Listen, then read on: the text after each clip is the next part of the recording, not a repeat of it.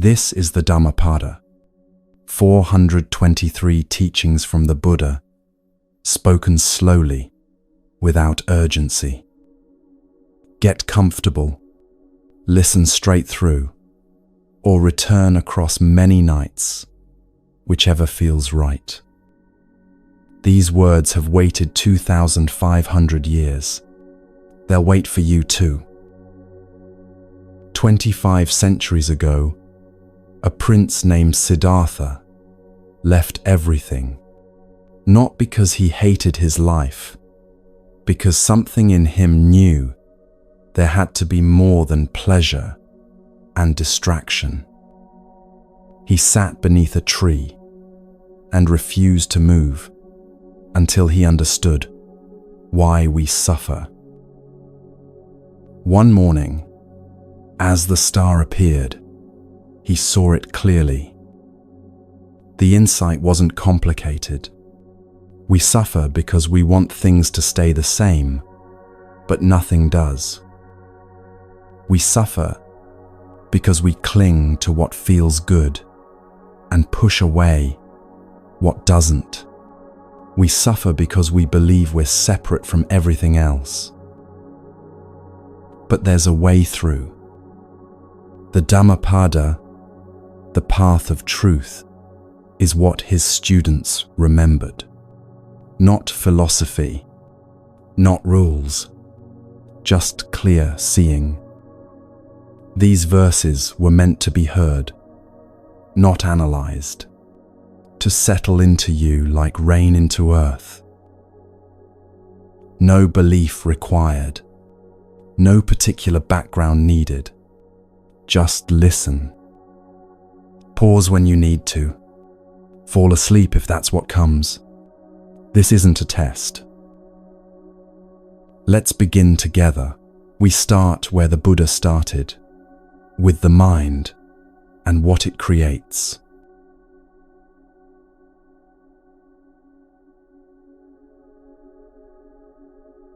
Picture two gardens, side by side. Same soil, same sunlight, same rain. In one, someone plants seeds of kindness, small words of encouragement, moments of patience, helping hands. In the other, someone plants complaints, resentments, the sharp pleasure of being right. By summer's end, one garden feeds everyone who passes. The other chokes itself with thorns. The Buddha said, "We are what we think. Everything we are arises with our thoughts. With our thoughts, we make the world." Not, you become what you think, someday, eventually, if you're good enough. No, you are what you think, right now. The thought creates the reality before the action even happens. There was a commuter in a city not unlike yours. Every morning, same train, same faces, same irritation at the crowding and delays. He'd think, these people are in my way. Why can't they move faster? I shouldn't have to deal with this. And every morning his jaw would tighten, his chest would constrict, and he'd arrive at work already exhausted from a battle no one else was fighting. One Tuesday, nothing special about it, he had a different thought. Just, we're all trying to get somewhere. That's it. We're all trying to get somewhere. The train was just as crowded. The delays were just as long. But he arrived calm. His colleague asked if he'd changed medications. He hadn't changed his circumstances. He'd changed the seed he planted in his mind that morning. And it grew into a different day, entirely. The Buddha continues, if you speak or act with a confused mind, suffering follows you, like the wheel of a cart follows the ox that pulls it. But if you speak or act with a clear mind, happiness follows you, like a shadow that never leaves. This isn't poetry. It's mechanics. Cause and effect, as reliable as gravity. Someone insults you. You think, he humiliated me, she wronged me, they defeated me, he took what was mine. Hold those thoughts close. Rehearse them. Let them become your identity, and you'll never be free of hatred. Never. The hatred becomes who you are. But if you don't hold those thoughts, if you let them pass like clouds across an open sky, hatred has nothing to feed on. It dies of starvation. Hatred never ends through hatred. Hatred ends through love. This is the ancient law, and it hasn't changed. Not because love is nicer or more spiritual, because hatred perpetuates itself, and love doesn't. You can see it in families, in nations, in the comment sections of the internet. Someone must stop returning blow for blow, or the violence never ends. Most people don't know this. They live in the world, quarreling endlessly, thinking winning the argument matters. But those who know this truth don't quarrel, not because they're weak, because they're awake. Every hour of every day, you face this fork in the path. Someone cuts you off in traffic. Which seed do you plant? Your child spills milk for the third time. Which seed? The news fills you with rage at injustice. Which seed? You're not choosing once. You're choosing constantly. And what grows in your inner garden becomes the atmosphere you live in. The Buddha described two types of people with stark clarity: those who live for pleasure, whose minds lack harmony, who ignore moderation in eating, who are lazy and lack energy. These are shaken by temptation, like a weak tree is shaken by wind. But those who don't chase every pleasure, whose minds are in harmony, who practice moderation, who have faith and energy, these stand firm against temptation, like a mountain stands firm against wind. Notice he didn't say, never feel pleasure, or suffer constantly to prove your worth. He said, don't live for pleasure. Don't make it your compass, your God, your reason for being. There's a difference between enjoying your morning coffee and needing your morning coffee to feel human, between appreciating comfort and demanding comfort at all times, between pleasure as a guest in your life and pleasure as a tyrant. Some people wear robes that look holy but live with impure hearts, without self-control or truth. They're not worthy of the robes, the Buddha said.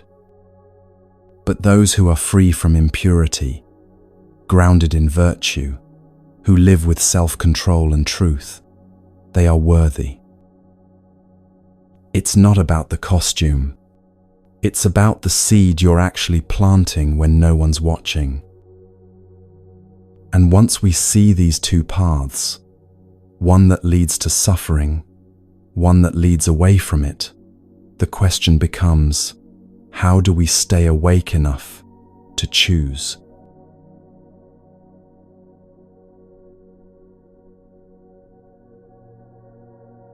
The Buddha called it vigilance, but not the vigilance of a security guard scanning for threats. More like the vigilance of a mother listening for her child's breath in the dark. Attention without tension. Presence without panic. Vigilance is the path to the deathless, he said. Carelessness is the path to death. The vigilant never die. The careless are already dead. Strong words. What did he mean? Think of it this way. How much of your life have you been actually present for? Really here? Experiencing it? Or were you somewhere else? Replaying yesterday, rehearsing tomorrow, numbing out with whatever was handy. The careless live their whole lives asleep. They move through decades on autopilot, and when death comes, they realize they were never really alive. The vigilant are alive now, in this moment, which is the only moment that ever exists. The wise understand this. The Buddha taught. They rejoice in vigilance, delighting in the realm of the noble ones. They meditate with steady effort, persevering, and experience nirvana, the highest happiness, the supreme peace. It's 3 a.m. The baby is crying again. A mother stands in the dark nursery, bone-tired, touched out, running on empty. She has a choice. She can think, I can't do this anymore. This is too hard. I'm failing. Other mothers don't struggle like this, and spiral into despair. Or she can think, this is hard right now. I'm here. We're both here. This moment will pass, and stay present with what is. Same dark room, same crying baby, two completely different experiences. One drowning, one staying afloat. Or the professional who's been working for 12 hours straight, deadline looming, emails multiplying faster than he can answer them. He can panic. I'm going to fail. I'm going to get fired. I'm not good enough, and lose what little focus he has left. Or he can pause, take one breath, and think one thing at a time. What's the next right action? Vigilance isn't about never struggling. It's about being awake inside the struggle. The Buddha said, through effort, vigilance, discipline, and self-control, the wise one makes an island that no flood can overwhelm. The island metaphor is precise. When floods come, and they will come, you need high ground you've prepared in advance. You can't build an island in the middle of the storm. The practice is now, in the ordinary moments, when nothing dramatic is happening. Wake up a little earlier. Notice your breath. Feel your feet on the ground. Taste your food. These small acts of presence build the island, stone by stone. Then when grief hits, when panic comes, when the diagnosis arrives, you have somewhere to stand. Not invulnerable, but not swept away. In the old stories, Indra became king of the gods through vigilance. Indra wasn't the strongest or the most talented. He was the most awake, the one who paid attention when others drifted.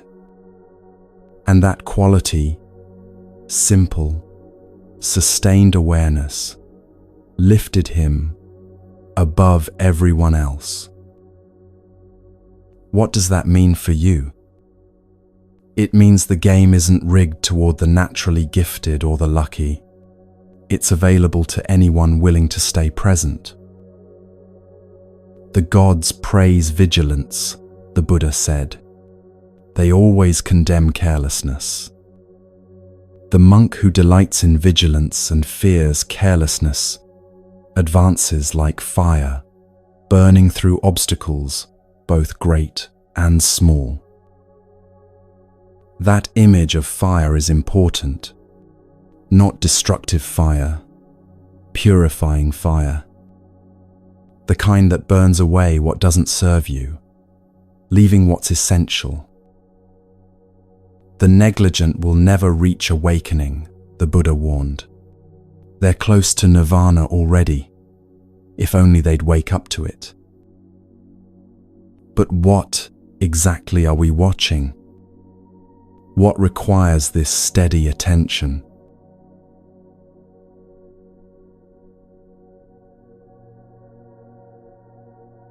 The mind, always the mind. The Buddha described it a dozen different ways, trying to capture something essentially uncapturable. The mind is restless, hard to guard, hard to control. The wise one straightens it like a fletcher straightens an arrow. Like a fish pulled from water, thrashing on dry land, desperate to escape, so does the mind thrash when trying to escape the realm of death and craving. The mind moves, formless and subtle, landing wherever it wants. Those who calm the mind find happiness, the Buddha said. Not control it, calm it. Like calming a frightened animal. You don't shout at it or wrestle it into submission. You speak softly. You wait. You offer it safety until it settles on its own. There was a meditation student, maybe you know her, maybe you've been her, who sat down to meditate with the best intentions. She'd read the books, set up the cushion, downloaded the app. She was ready. She closed her eyes and tried to focus on her breath. Within seconds, her mind was making a grocery list. She noticed, brought it back. Now it was replaying an argument from 3 days ago, rewriting what she should have said. She noticed, brought it back. Now it was planning vacation, fantasizing about quitting her job, wondering if she'd left the stove on. After 10 minutes, she opened her eyes, frustrated. My mind won't behave, she told her teacher. I can't make it stay still. The teacher smiled. You think the mind is supposed to obey you. That's like thinking the weather should obey you. The mind wanders. That's what minds do. Your job isn't to stop it from wandering. Your job is to notice when it wanders and gently, gently bring it back. How many times? She asked. As many times as it wanders, he said. 10,000 times if necessary. That's the practice. The Buddha taught, the mind is invisible, moving alone, incorporeal, dwelling in the cave of the heart. Those who subdue it are freed from the bonds of death. The cave of the heart, what a beautiful image. Your thoughts live there, in darkness, mostly unseen, even by you. But they run your entire life. Someone whose mind is unsteady, who doesn't know the true teaching, whose confidence wavers, their wisdom never becomes complete. But one whose mind is not flooded by desire, not afflicted by hate, who has transcended both good and evil, for that one who is awake, there is no fear. Here's what the Buddha understood. There's a gap between thought and action. A space, however tiny, where choice lives. The thought arises, I want to yell at this person. In the gap you can notice, oh, anger is here. You don't have to yell. The thought isn't the action. The thought arises, I need another drink, another cookie, another hour of scrolling. In the gap you can notice, oh, craving is here. You don't have to obey it. Guarding the mind means becoming aware of that gap and learning to live in it. Not suppressing thoughts, seeing them clearly and choosing how to respond. Knowing this body is fragile as a clay pot, the Buddha said, make your mind like a fortress. Fight craving with wisdom's weapon. Guard what you've won and never rest. This body won't last long, he continued. Cast aside, it will lie on the ground like a useless log. Whatever harm an enemy can do to an enemy, or a hater to another hater, far worse is the harm from a wrongly directed mind. But a well-directed mind does you more good than your mother, your father, or any other relative could ever do. Because no one else can think for you. No one else can choose the seeds you plant. This work is yours alone. And this mind of ours creates everything, including the world we'll wake up to tomorrow.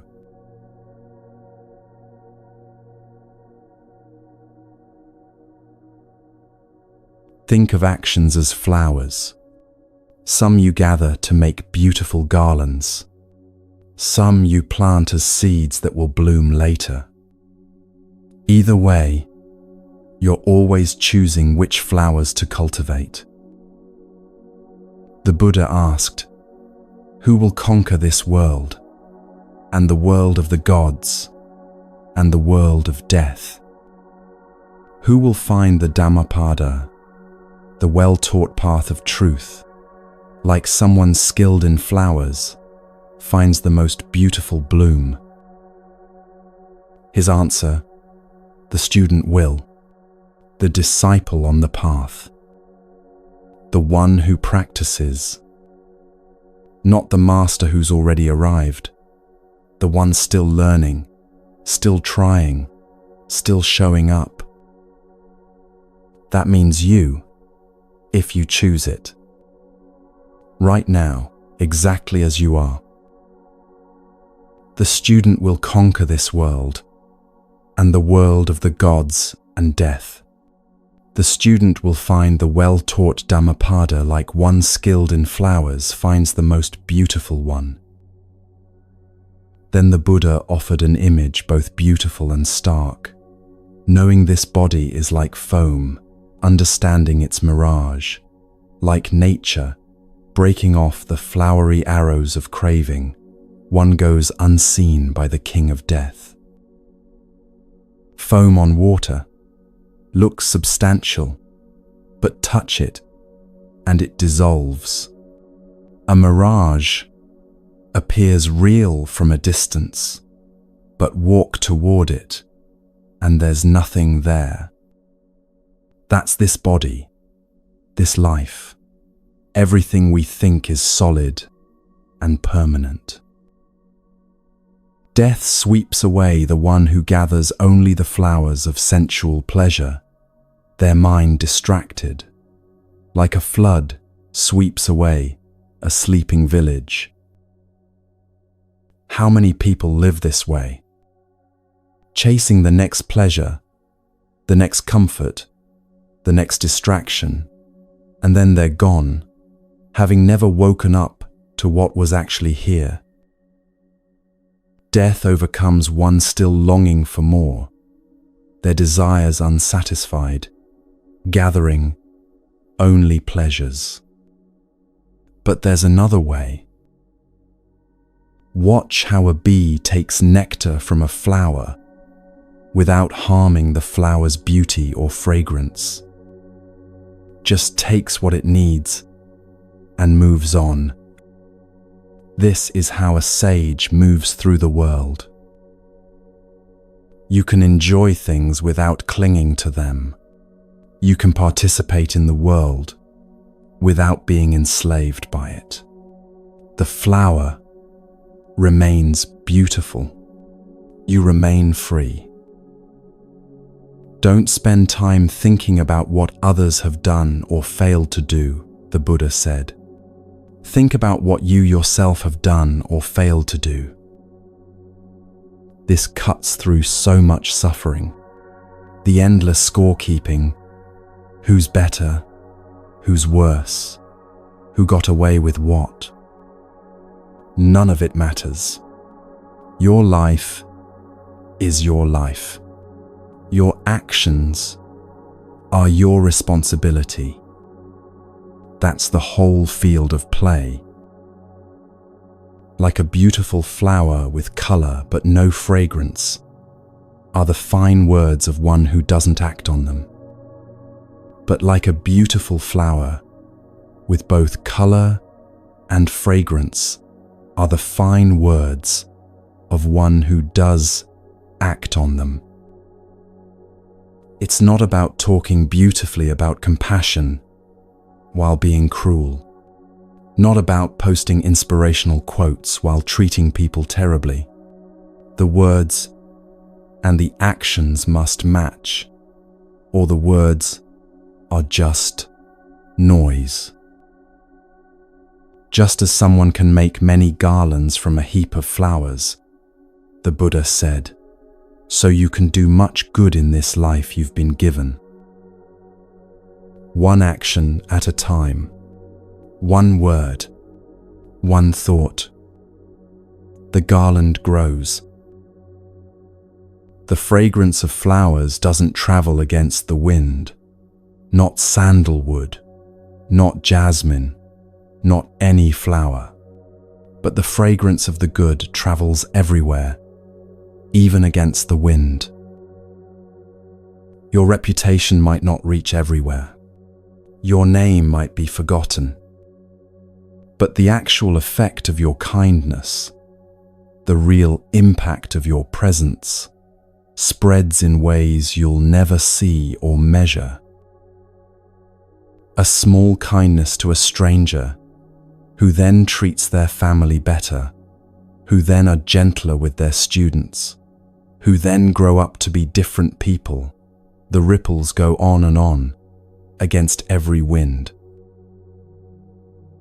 Better than the scent of sandalwood or jasmine, better than the scent of lotus, better than all of these is the scent of virtue.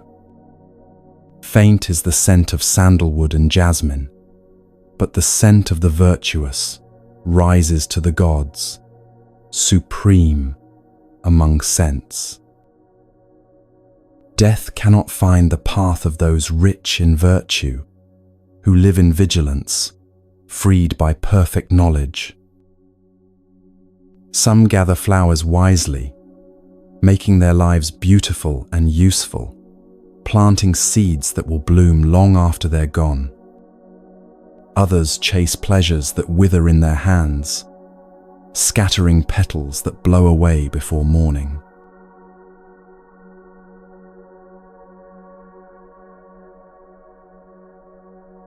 Let's be honest, we've all been the fool. Not sometimes, often, maybe even this morning. The Buddha wasn't pointing at other people when he talked about foolishness. He was describing a condition we all know intimately, the fog of not seeing clearly, of stumbling through life half asleep, convinced we understand when we don't. Long is the night for the sleepless, he said. Long is the road for the weary. Long is the cycle of birth and death for fools who don't know the true teaching. Think about a night you couldn't sleep. Maybe worry kept you up, or pain, or the neighbor's party. 3 a.m. feels like it will never end. 4 a.m. stretches into eternity. That's what the Buddha meant by a long night. Time becomes torture when you're trapped in it. The fool's whole life is like that. Everything takes longer, hurts more, leads nowhere. Not because the universe is punishing them, because they keep walking in circles, convinced each circle is progress. There was a man who spent his life accumulating. Better job, bigger house, nicer car, more impressive title. He had a detailed mental list of everything he owned and everything he was owed. One day, sitting in his expensive office, he had a thought that stopped him cold. I don't own any of this. It owns me. The house he was so proud of, he worked 60-hour weeks to pay for it and barely spent time there. The title on his business card? It consumed his health and his relationships. His children? He thought of them as his, but they were growing up with or without his attention. And then the deeper realization, he didn't even own himself. His thoughts ran him. His habits controlled him. His fears decided everything. He was a passenger in his own life, convinced he was driving. The Buddha said, "These are my sons. This is my wealth." Thus the fool worries. But he doesn't even own himself. How can he own sons or wealth? The sting of that teaching isn't cruelty. It's precision. We spend our lives anxious about things we can't actually possess. People, objects, outcomes, time itself. And in that anxiety, we miss what's actually here.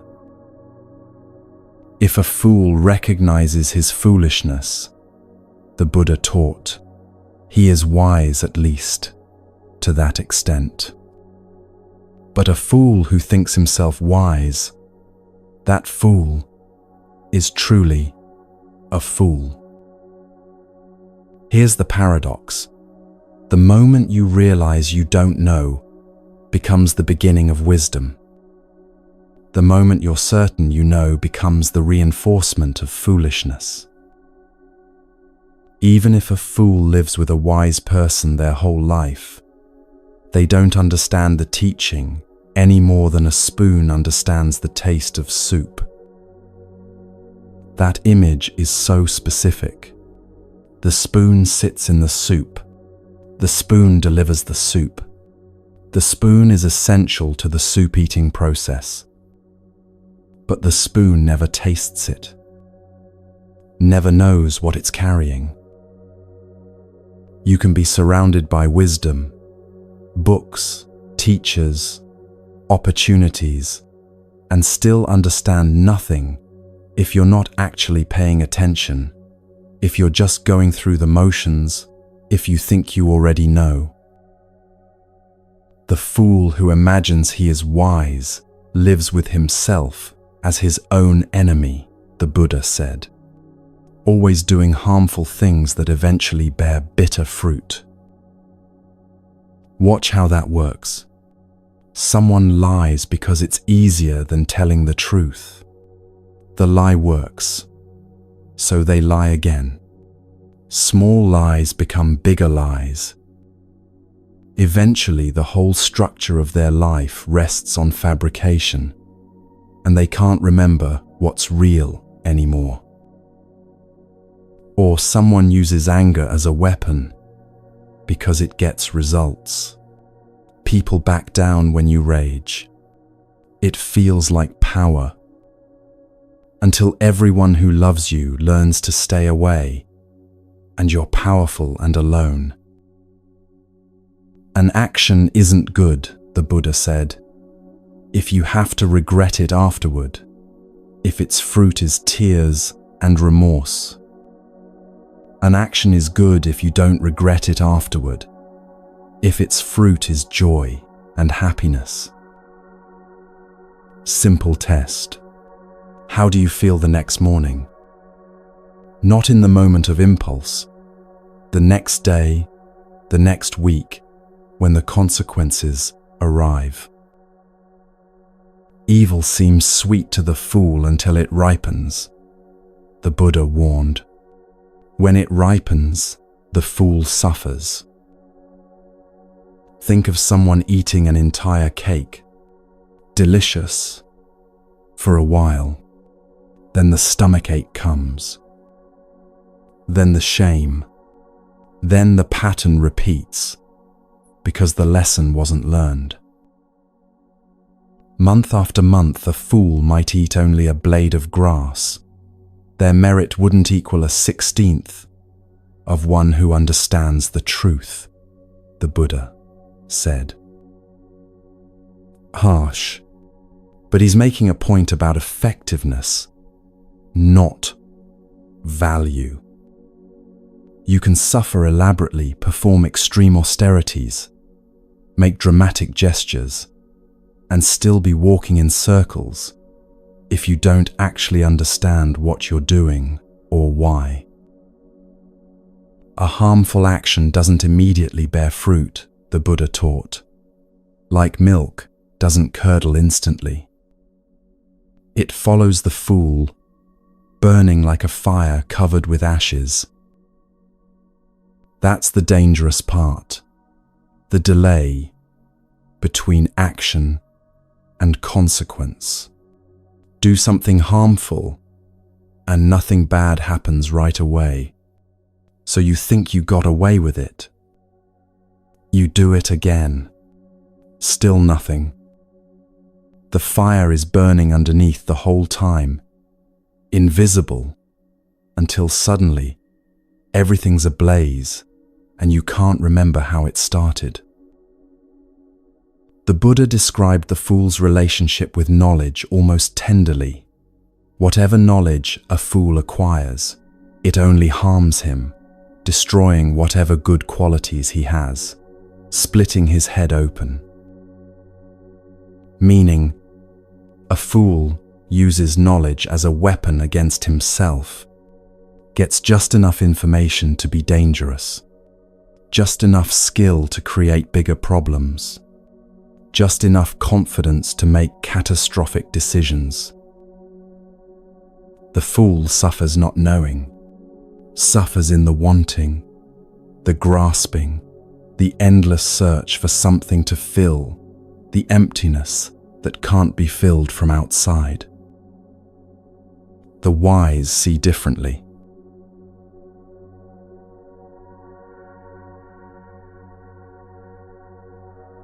Wisdom isn't complicated. It's seeing what's actually there, instead of what you wish was there, or fear might be there, or remember being there once. Just what is. Even if a perceptive person lives with a wise one for only a moment, the Buddha said, they quickly understand the teaching, like the tongue knows the taste of soup. The tongue doesn't need convincing. It doesn't need to study the soup's recipe or history. It just tastes. Direct experience. Immediate knowing. That's wisdom. Not accumulated information, but clear perception. There was a young woman struggling with a decision about whether to leave a relationship. She'd been agonizing for months, making lists, asking friends, reading articles, going in circles. Every conversation ended the same way. I just don't know what to do. She met someone older, someone who'd lived through some things, described the whole situation, the good parts, the painful parts, the confusion, waited for advice. The older woman was quiet for a moment, then asked, when you wake up in the morning, before your mind starts explaining and justifying, what does your body know? The young woman started to answer, then stopped. Started again, stopped again.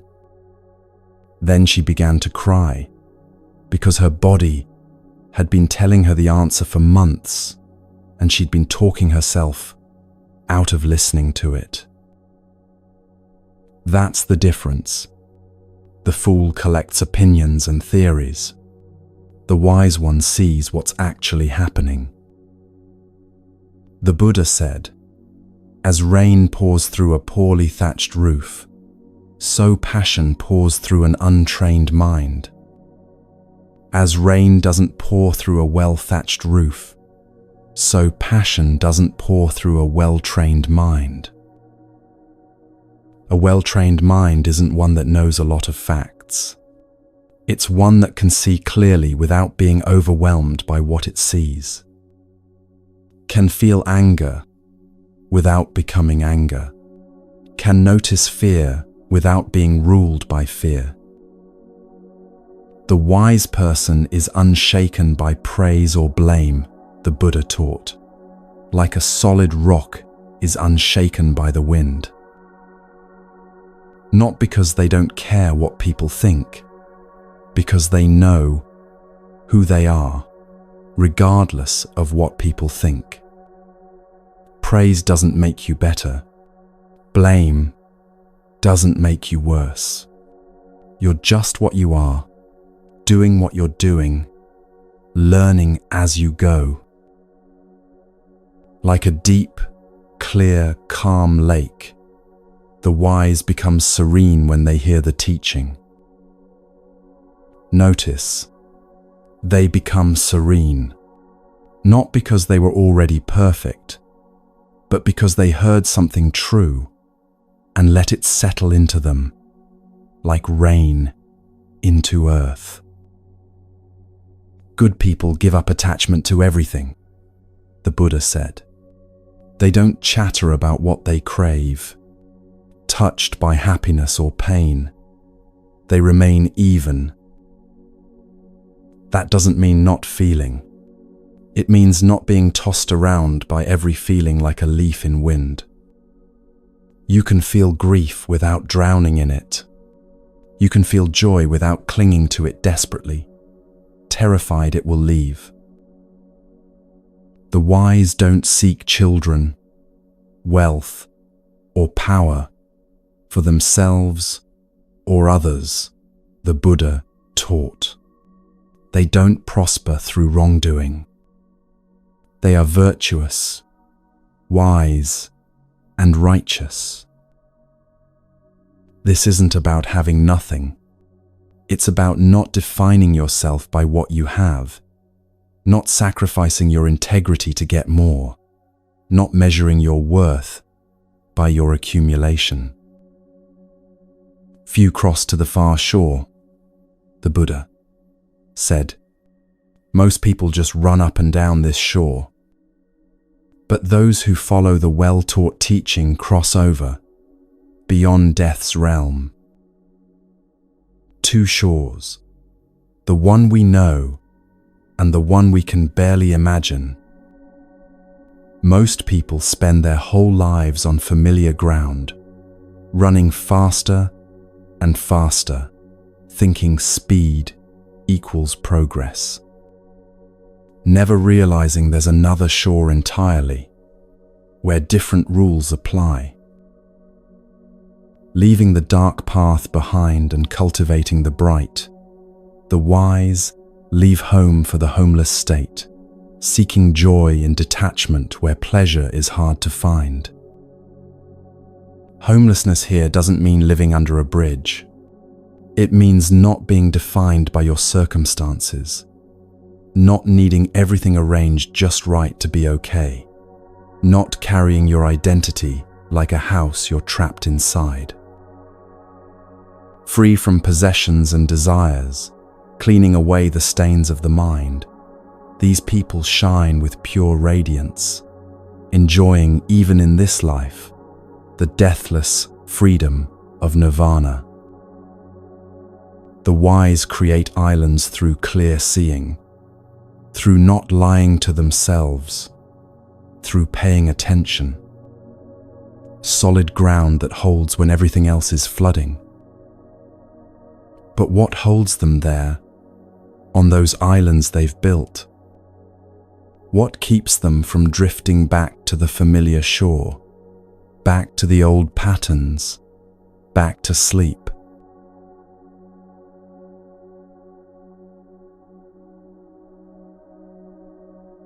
Freedom, the actual taste of it. The Buddha describes someone who has completed the journey, who has no more sorrow, who is completely free, who has broken all bonds. For such a one, there is no more burning. No more burning. What an image. Think of how much of ordinary life is a kind of fever. The fever of wanting, of comparing, of never having enough, of always being slightly dissatisfied, of needing things to be different than they are. That fever just stops. Not because you've achieved everything you wanted, because you've stopped needing achievement to feel okay. You've arrived home, and home was here all along. The mindful are always striving, the Buddha said. They don't delight in settling down. Like swans leaving a lake, they abandon home after home. There was a swan that lived on a small pond for years. Good pond, plenty of food, safe from predators. One morning in autumn, something shifted. The air changed. Something in the swan's body knew, time to go. It didn't hate the pond, wasn't running from danger, just the season had changed, and staying would mean dying. So it flew. That's the freedom the Buddha described. Not escaping from something, but moving toward what's actually happening, what's actually needed, what's actually true. Not weighed down by the past or anxious about the future. Just responding clearly to what is. Those who have no accumulation, who eat with full understanding, whose range is the freedom of emptiness without signs, their path is as hard to trace as that of birds through the sky. Birds don't leave footprints in air. You can't track where they've been. That's what happens when you stop clinging. You move through life without creating the heavy tracks of, I did this, I deserve that, remember when what about me? Someone whose passions are stilled, who is free from clinging to food, whose range is emptiness and freedom. Their path is hard to trace, like birds in the sky. Even the gods envy the one whose senses are controlled, like horses well tamed by the charioteer, who is free from pride and free from corruption. Free from corruption doesn't mean never making mistakes.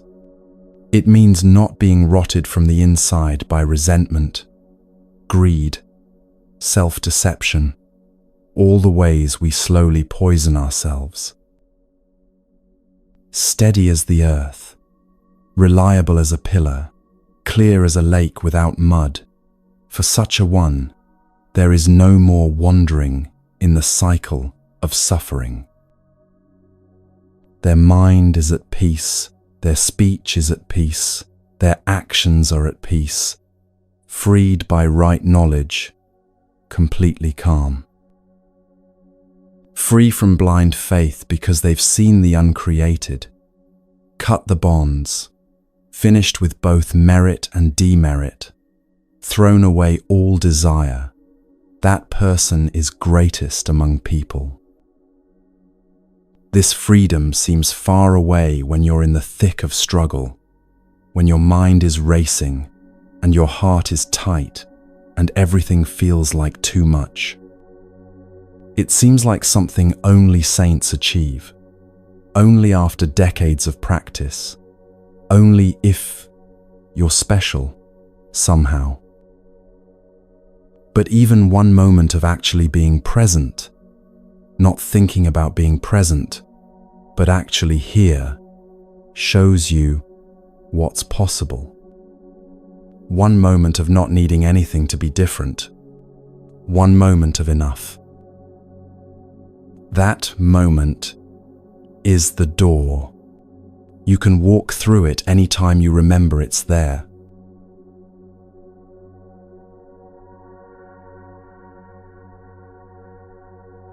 Better than 1,000 useless words is one word that brings peace. Better than 1,000 useless verses is one verse that brings peace. Better than 100 useless poems is one line of poetry that brings peace.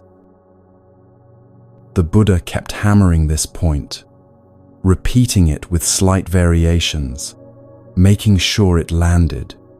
More isn't better. Better is better. We live in a world that counts everything. Steps, calories, followers, hours worked, books read, goals achieved. More, faster, bigger, longer. The entire culture runs on accumulation. But the Buddha said, stop counting. Start paying attention. If someone conquered 1,000 men in battle 1,000 times, and another person conquered only himself, that second victory would be the greater. Think about what conquering 1,000 men meant in the Buddha's time. You'd be famous, legendary. Songs would be written about you. Your name would echo through generations. And the Buddha said, that's nothing compared to someone who wins the battle against their own worst impulses. Nobody sees that victory. There's no trophy, no applause, no recognition. It happens in the dark at 3 a.m., when you choose not to send the angry email, when you decide not to have the drink, When you stop the spiral of self-hatred before it takes you under. That's the real war, and it's fought in moments so small they seem insignificant. It's Tuesday afternoon. You're tired. Someone says something dismissive in a meeting, and you feel the heat rise in your chest. Your mind instantly scripts the cutting response, the perfect comeback that will put them in their place. Old you would have said it, would have enjoyed the flash of power, the momentary satisfaction of winning, then spent the rest of the day feeling slightly sick, replaying it, justifying it, wondering if you went too far. New you, the one who's learning to conquer yourself, takes a breath, feels the urge, doesn't act on it, says something neutral or says nothing at all. Nobody notices. Nobody congratulates you. But you just won a battle that matters more than any external victory. Greater than defeating yourself in battle, the Buddha said, is defeating yourself. Neither gods nor demigods, neither death nor the forces of corruption can turn that victory into defeat. Because once you've tasted the freedom of not being controlled by every impulse, every fear, every craving, no one can take that from you. External circumstances can change. You can lose money, status, relationships. But the capacity to choose your response, that's yours. Month after month, someone might make offerings for 100 years. The Buddha taught. But if they honored a self-conquered person for even a moment, that brief honor would be worth more than 100 years of offerings. Or 100 years of tending the sacred fire in the forest, less valuable than a moment of reverence for someone who's won the inner battle. Why? Because the self-conquered person shows you what's actually possible. They're proof that you don't have to be swept along by every thought and feeling, that there's another way to be human. When you meet someone like that, truly meet them, not just see them from a distance, something shifts. You realize the prison you've been living in wasn't locked from the outside. And whoever honors the worthy ones gains 4 blessings. The Buddha said, long life, beauty, happiness, and strength. Not magic, natural consequence. When you orient yourself toward wisdom instead of chaos, life reorganizes itself around that orientation. Better than 100 years lived in vice without meditation is one day lived virtuously in deep contemplation. Better than 100 years lived in ignorance without meditation is one day lived wisely in deep contemplation. Better than 100 years without seeing life's rise and fall is one day seeing things as they actually are. Better than 100 years without seeing the deathless is one day seeing what doesn't die. Better than 100 years without seeing the supreme truth is one day seeing the highest teaching. He's not exaggerating for effect. He means it literally. One day actually awake is worth more than a century sleepwalking. Because in that one day of clear seeing, you understand something that changes everything that comes after. You can't unsee it. Even if you forget for a while, Even if you drift back into old patterns, somewhere in you, you know there's another possibility. Think of it like this. You can live in a house for 100 years without ever noticing the door to the garden. One day, someone shows you the door. Even if you don't walk through it right away, even if you only peek out occasionally, your relationship to the house has changed forever. You know it's not the whole world. Better one day awake, seeing what's actually here, feeling what you're actually feeling, choosing what you're actually choosing. Instead of a lifetime of going through the motions, playing the role, following the script someone else wrote. But what pulls us back to sleep? What makes us forget what we've seen?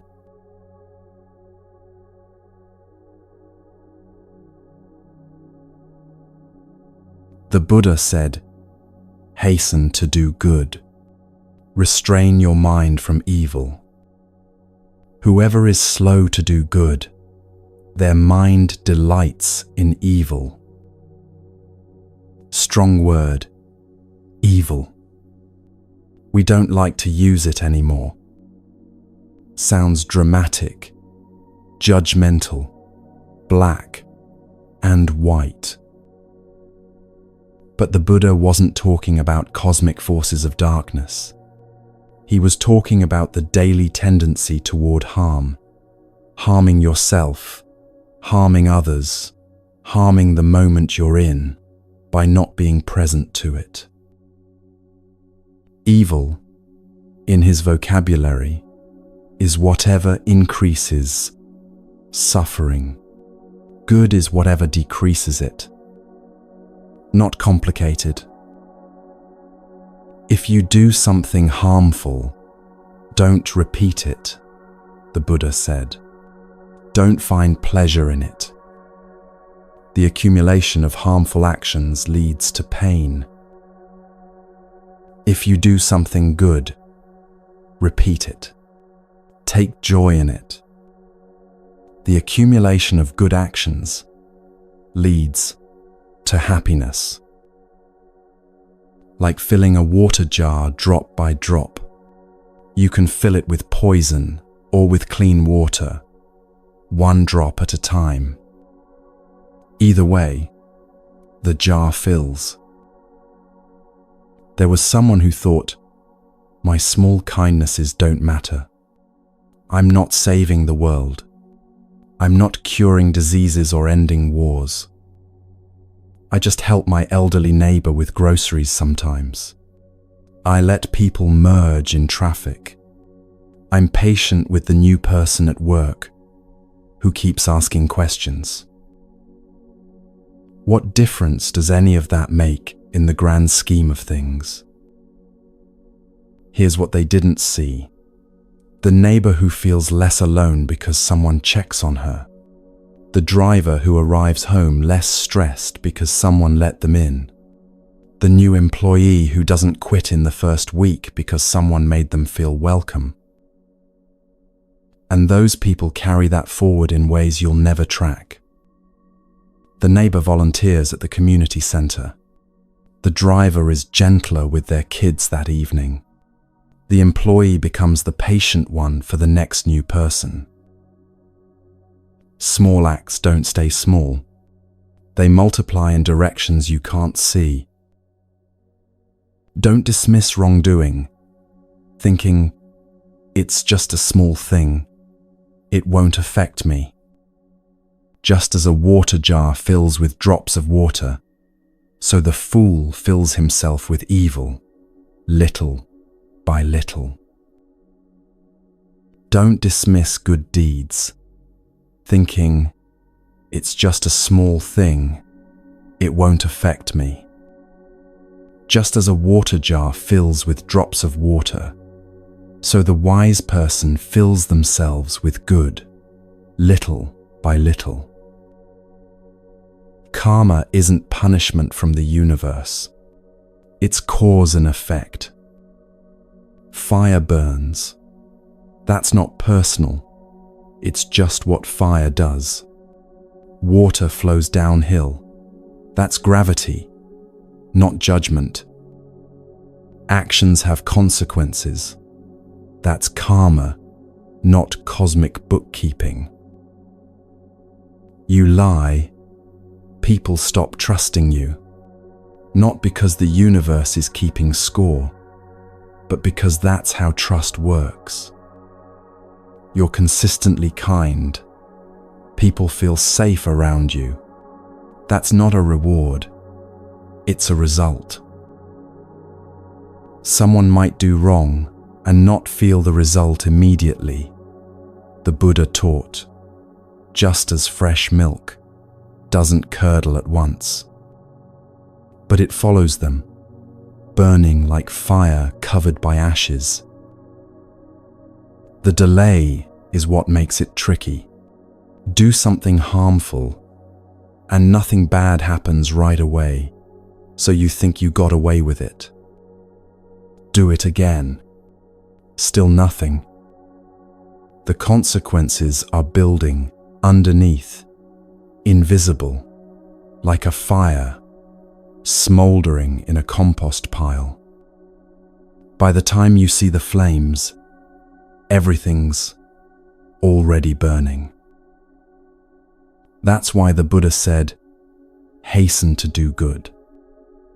Not anxious, not desperate, but don't wait.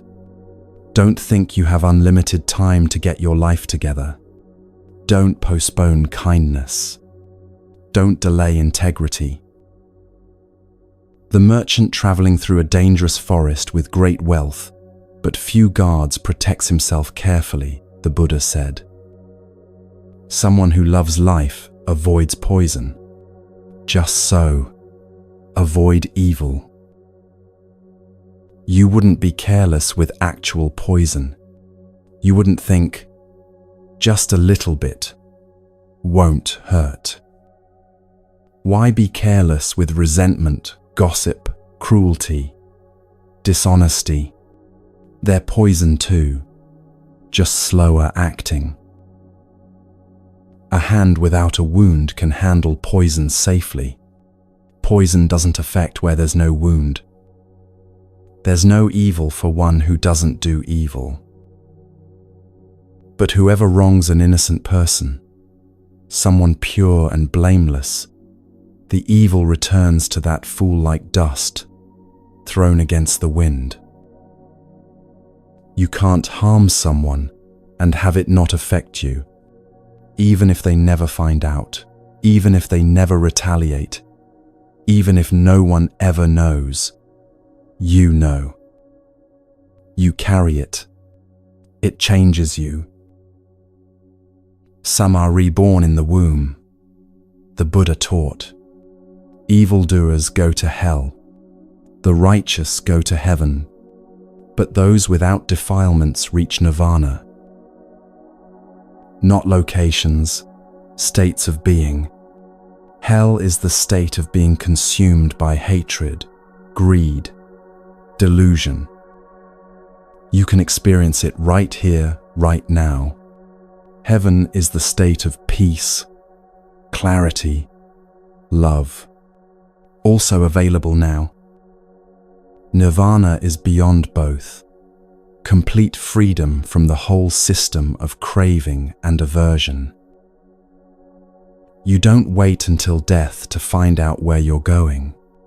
You're creating it moment by moment, choice by choice, drop by drop.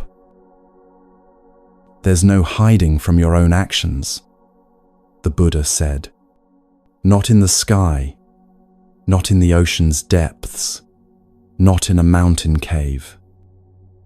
Nowhere in the world can you escape the results of your deeds.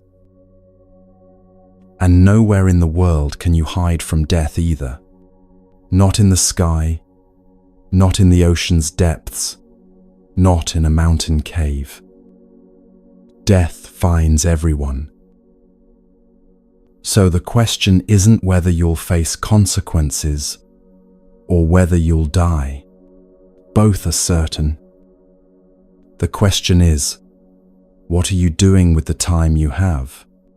What are you filling the jar with? What traces are you leaving?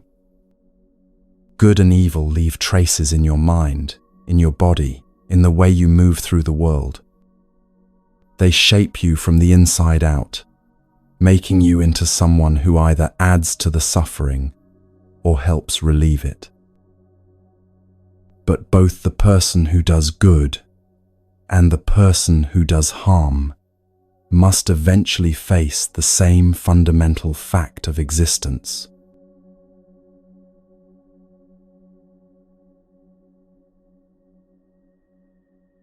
All beings tremble before danger. All fear death. When you see yourself in others, you neither kill nor cause killing. The Buddha starts with the most basic fact. Everyone wants to live. Not just you, everyone. The spider you're about to crush, the mosquito buzzing near your ear, the person who just cut you off in traffic. Every living thing is clinging to existence with everything it has. All beings fear danger. Life is dear to all. Seeing yourself in others, you neither kill nor cause killing. This isn't about becoming perfect or achieving some impossible standard of purity. It's about recognition, that desperate desire to keep living that you feel. Everything else feels it too. There's a moment that changes some people. Maybe you've had it. You're about to kill something, a bug maybe, or you're holding a weapon, or you're about to say words that will destroy someone. And you pause, just for a second. And in that pause you see it clearly. This thing wants to live as much as I do. A man was in his garage, about to spray pesticide on a wasp nest. He'd been stung before, hated wasps, had every justification. The spray was in his hand. The nest was right there. He watched one wasp for a moment, just watched it, saw how carefully it was building, how focused it was, how it was just trying to create a home and keep its young safe. Same thing he was doing, different scale. He put the spray down, not because he suddenly loved wasps or thought they were harmless, because he couldn't unsee the similarity, both of them just trying to survive, just trying to protect what mattered. He ended up relocating the nest instead of destroying it. More work, more risk, less convenient. But something in him wouldn't let him kill it after he'd actually seen it. Whoever seeks their own happiness by hurting others, who also want happiness, will not find happiness after death. Whoever seeks their own happiness without hurting others, who also want happiness, will find happiness after death. Not mystical, mechanical. You can't build your peace on someone else's suffering. It doesn't work, even if it looks like it's working temporarily. The foundation is wrong, and eventually, everything built on it collapses. Never speak harsh words, the Buddha said. Those you abuse will abuse you back. Angry words hurt, and anger will return to you. If you can make yourself still like a broken gong that no longer rings, you've found peace. You've reached nirvana, where there is no more quarreling. The broken gong, such a precise image, not suppressing sound, just no longer vibrating with every strike. Someone says something cruel, and instead of ringing with anger, instead of retaliating, you're quiet. Not dead, not passive, just not adding to the noise. That's what transformed anger looks like. Not pretending you're not hurt, not swallowing it and letting it poison you, just not passing it on, not keeping the cycle going. The gong can still be struck. People will still try to provoke you, hurt you, get a reaction from you.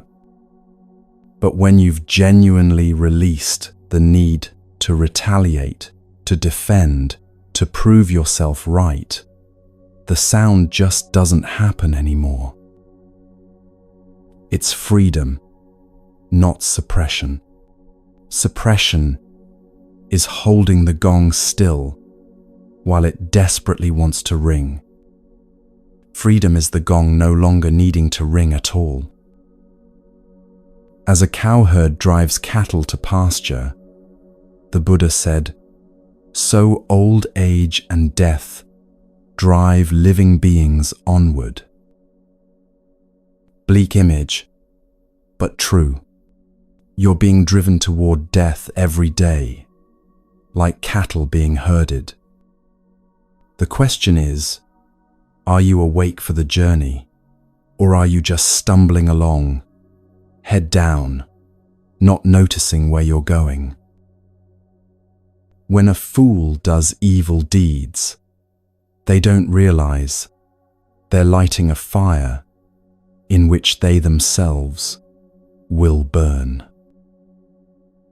The person who harms the harmless and pure with weapons will quickly encounter one of 10 things: harsh pain, disaster, bodily injury, serious illness, mental derangement, trouble from the government, terrible accusation, loss of relatives, destruction of wealth, or fire burning their house. After death, they're reborn in hell. Heavy consequences, and the Buddha didn't soften them, because he'd seen it happen over and over. Harm creates more harm. Violence creates more violence, until the person who started it is drowning in the results of their own actions. We share this fear of death. All of us, everything alive. That shared vulnerability should make us gentler with each other, more careful with the power we have to harm. What lies beyond?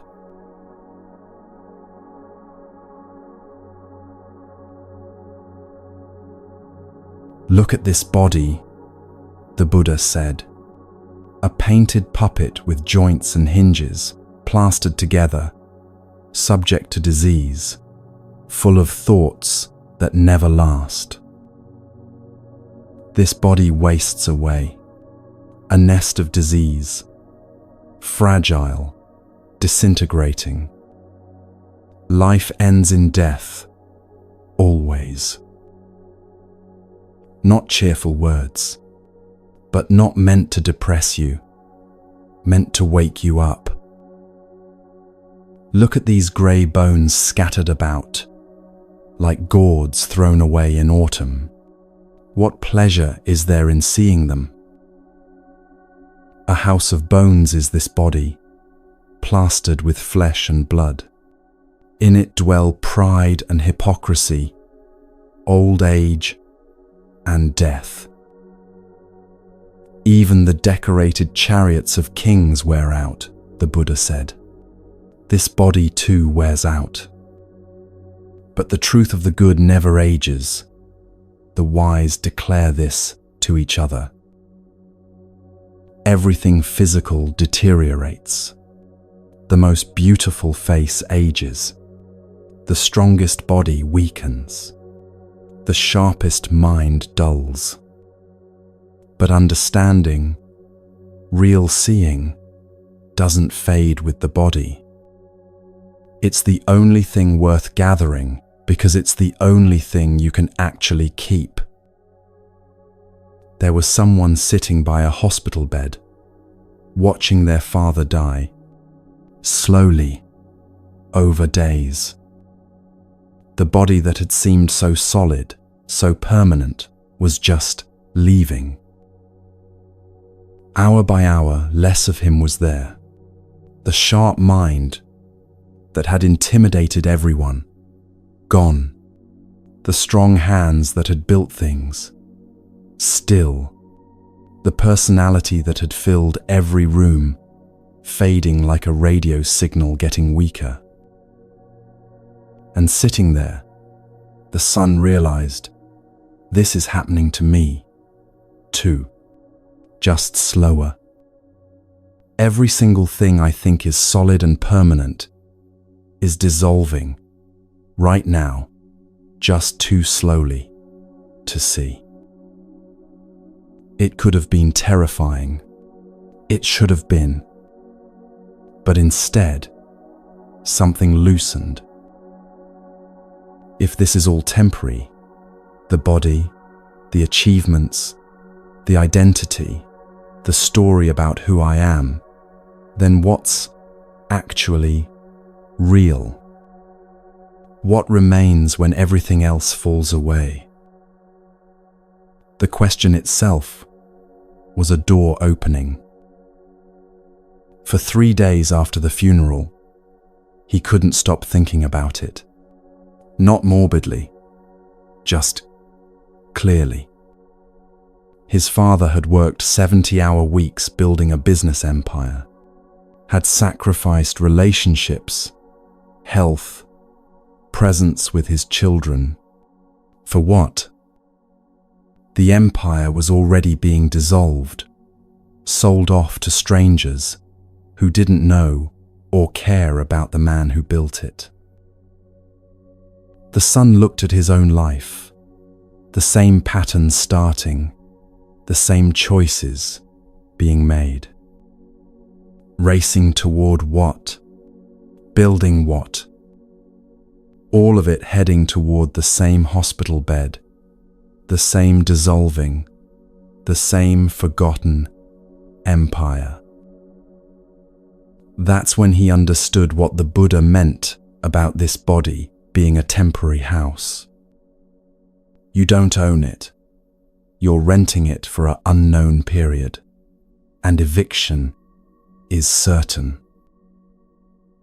The Buddha, at his own awakening, spoke directly to the process that creates this body, this life, this endless cycling. Through countless births I wandered, seeking, but never finding the builder of this house. Painful is birth again and again. But now I've seen you, builder. You'll build no more houses. Your rafters are broken, your ridgepole shattered. My mind has attained the unconditioned. Achieved is the end of craving. The builder is craving itself, the force that keeps constructing new identities, new stories, new versions of me that need to be protected and maintained. When you see it clearly, really see how it operates, it loses its power. The house isn't your body, it's the whole structure of self. You keep building and rebuilding, trying to make it permanent when it's designed to fall apart. Watch how you do it. Something good happens, and you immediately build an identity around it. I'm someone who succeeded at this. Something bad happens, and you build another identity. I'm someone this happened to. Each experience becomes another room in the house, another story to maintain. The Buddha's victory wasn't in destroying the house. It was in seeing the builder and saying, "Stop. No more construction. I see what you're doing and I'm not participating anymore." Those who don't live the spiritual life when young, who don't gather treasure while they can, later waste away, like old herons beside a fishless lake. Those who don't live the spiritual life when young, who don't gather treasure while they can, lie around like worn-out bows, sighing about the past. The treasure isn't money or accomplishments. It's clarity. It's seeing truly. It's freedom from the illusions that make you suffer. And you can gather it at any age, any moment. But waiting doesn't make it easier. The old heron by the empty lake, the broken bow lamenting better days. These are images of people who postponed their real lives until it was too late. Not too late to start, but too late to avoid the regret of wasted time. Someone once asked an old monk, "What's the biggest mistake people make?" He said, "Thinking they have time." Not because death might come tomorrow, though it might, because every day you spend asleep is a day you don't get back. Every year you postpone waking up is a year lived in fog. Knowing we'll die, knowing this body is temporary, this life is brief, this moment won't return, how then should we live?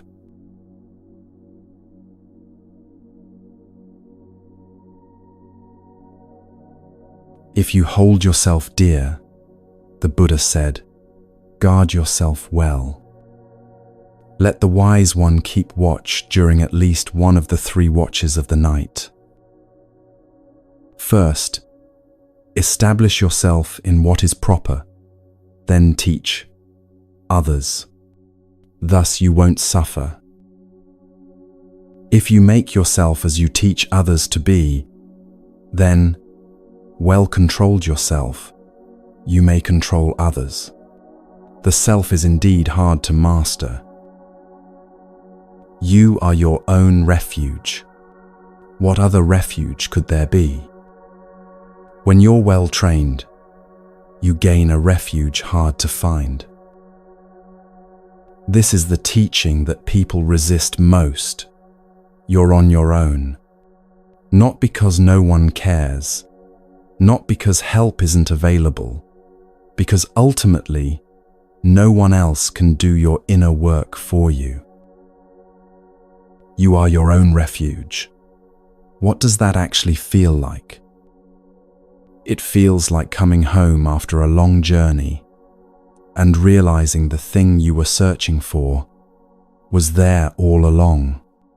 It feels like standing on ground that doesn't shift, not because circumstances are stable, but because you've found the part of you that's steady, regardless of circumstances. It's not loneliness. It's the opposite. It's discovering that you're not actually separate from everything else, that the refuge inside you connects to something larger than your individual story. The master and the servant both being you, that's the paradox. You train yourself, you discipline yourself, you liberate yourself. No one else can do it, and you can't outsource it. There was someone who spent years blaming everyone else for what was wrong with their life. Parents who didn't understand them, teachers who didn't see their potential, partners who didn't appreciate them, employers who didn't recognize their worth, an endless list of people who had failed them. One day, after another relationship ended the same way all the others had, they had a thought, what if it's me? Not, I'm terrible, or I'm worthless. Just, what if the common factor in all these situations is me? And what if I have some power to change that? Terrifying thought. Also liberating. Because if other people were the problem, you were powerless. If you were the problem, or at least part of it, you could do something about it. That's when the real work started. Not blaming themselves instead of others, but taking responsibility for the only thing they could actually control: their own actions, their own responses, their own patterns. They started noticing every relationship ended with the same fight. Different people, different circumstances, but the same dynamic. They'd feel unappreciated, get defensive, shut down emotionally, wait for the other person to apologize first. Then act surprised when the relationship fell apart. Seeing the pattern didn't instantly fix it, but seeing it meant they could start working with it instead of being blindly controlled by it. That's what becoming your own refuge means. Not that you never need help. You do. Not that you figure everything out alone. You won't. But that you stop waiting for someone else to rescue you and start taking responsibility for your own liberation. By oneself is evil done, the Buddha taught. By oneself is one defiled. By oneself is evil left undone. By oneself is one purified. Purity and impurity depend on oneself. No one can purify another. This is the hardest and the most hopeful thing he taught. Hardest because you can't blame anyone else. Most hopeful because you don't have to wait for anyone else to change. The evil you commit is born from yourself, produced by yourself, arising from yourself. It crushes you as a diamond grinds down a hard stone. That image of stone crushing stone, both hard, both seemingly strong, but one destroys the other through constant pressure. Your own harmful patterns, unchecked, will eventually crush the good in you. One whose great corruption spreads like a creeper, choking a tree, does to themselves what their enemies wish for them. The Malava creeper grows over a tree, wraps around it, slowly strangles it. The tree doesn't die from outside attack, it dies from what it allowed to grow on it. That's what happens when you let harmful habits take root and spread. You see it in addiction. Something that started as relief becomes the thing that's killing you. You see it in resentment. Something that started as justified anger becomes a poison you drink daily, expecting someone else to die from it. You see it in workaholism, perfectionism, any pattern that slowly takes over until there's no room left for actual life. Easy to do what's bad for yourself, the Buddha said. What's good for yourself is very hard to do. Why is that? Because bad habits feel good immediately. The relief, the escape, the numbness, the pleasure. Good habits feel hard immediately. The discipline, the discomfort, the delayed gratification. Your mind, untrained, will always choose what feels good now over what's good for you long term. That's not a moral failing. It's how minds work. Training changes the equation, makes the healthy choice easier, the harmful choice less appealing. Those who reject the teaching of the noble ones, who speak wrongly from their own views, produce fruit for their own destruction, like the bamboo that dies when it fruits. The bamboo image is specific. Some species of bamboo flower once in their lifetime, produce seeds, and then die. They create the very thing that ends them. That's what happens when you build your life on wrong understanding. The fruits of your actions eventually destroy the person who created them. Never neglect your own welfare for another's, however great, the Buddha said. Once you know what's good for you, be intent on it.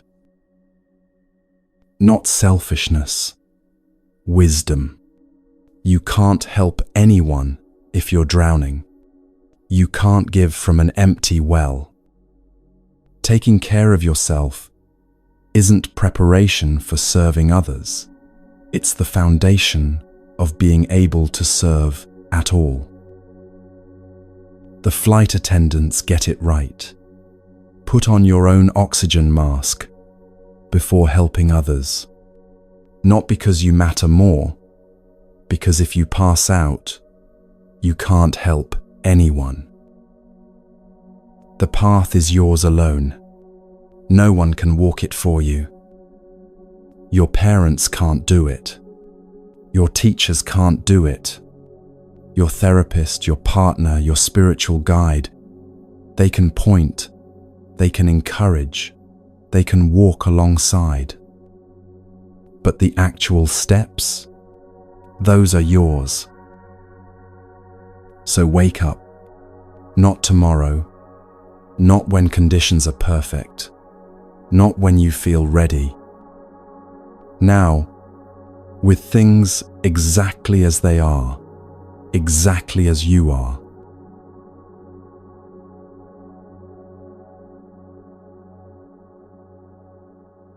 Don't live carelessly, the Buddha said. Don't follow wrong ideas. Don't be attached to the world. Don't sink into it. Wake up. Practice the teaching. Those who do live joyfully, both now and in what comes after. Wake up. Practice the teaching. Don't practice wrongly. Those who practice the teaching live joyfully, both now and in what comes after. The urgency in these words isn't meant to create panic. It's meant to cut through the fog of postponement, the comfortable numbness, the endless loop of, I'll start tomorrow. Look at the world as a bubble, the Buddha said. Look at it as a mirage. Those who see the world this way aren't seen by the King of Death. A bubble, beautiful, iridescent, fascinating. Touch it, and it's gone. A mirage looks like water from a distance, but walk toward it, and there's nothing there. That's everything we think is solid.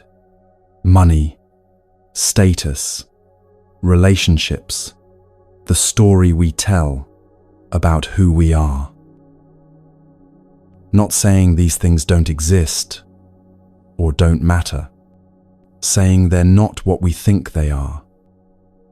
They're temporary, conditional, constantly changing. Building your entire life on them is like building a house on a bubble. Come and look at this world, the Buddha said. It's like a decorated royal carriage. Fools are impressed by it, but the wise see through the show. The painted carriage, gilded, ornate, designed to impress. Everyone stops to stare at it. But it's still just wood and paint, still heading toward the same destination as every other vehicle, still subject to wear and breakdown. There was someone who spent 40 years preparing to live, not living, preparing. First, they had to finish school, then establish a career, then buy a house, then save for retirement. Always the next milestone, the next achievement, the next box to check before real life could begin. At 60, they realized, I've been waiting to start my life, and I've already lived most of it. The books they meant to read, still unread. The places they wanted to visit, still unvisited. The relationships they intended to repair, still broken. The creative work they dreamed of, still undone. All postponed for when I have time, when things settle down, when I'm ready. They weren't ready at 60 either. You're never ready. Ready is a myth we tell ourselves to justify waiting. So they started. Not perfectly, not with ideal circumstances, not with unlimited time and energy. Just started with what they had, where they were. Called old friends they'd been meaning to call for years. Signed up for the painting class they'd always dismissed as frivolous. Forgave people they'd been holding grudges against. Stopped waiting for permission from some imaginary future version of themselves who had it all figured out. The last 20 years of their life were more fully lived than the first 60. Not because circumstances improved, because they stopped postponing. Those who were once reckless but reformed themselves illuminate the world like the moon freed from clouds. Those who cover their past misdeeds with good deeds illuminate the world like the moon freed from clouds. This world is blind, the Buddha said. Few here see clearly. Like birds escaping from a net, few go to heaven. Most people sleepwalk through their entire lives, born into stories about how things are, what matters, who they're supposed to be, and they never question any of it. Just accept the net as reality and stop noticing they're trapped. How rare to meet someone actually awake, someone not performing their life, but living it. Someone who's questioned everything and arrived at their own understanding, instead of just repeating what they were taught. Some awaken. They become something else entirely.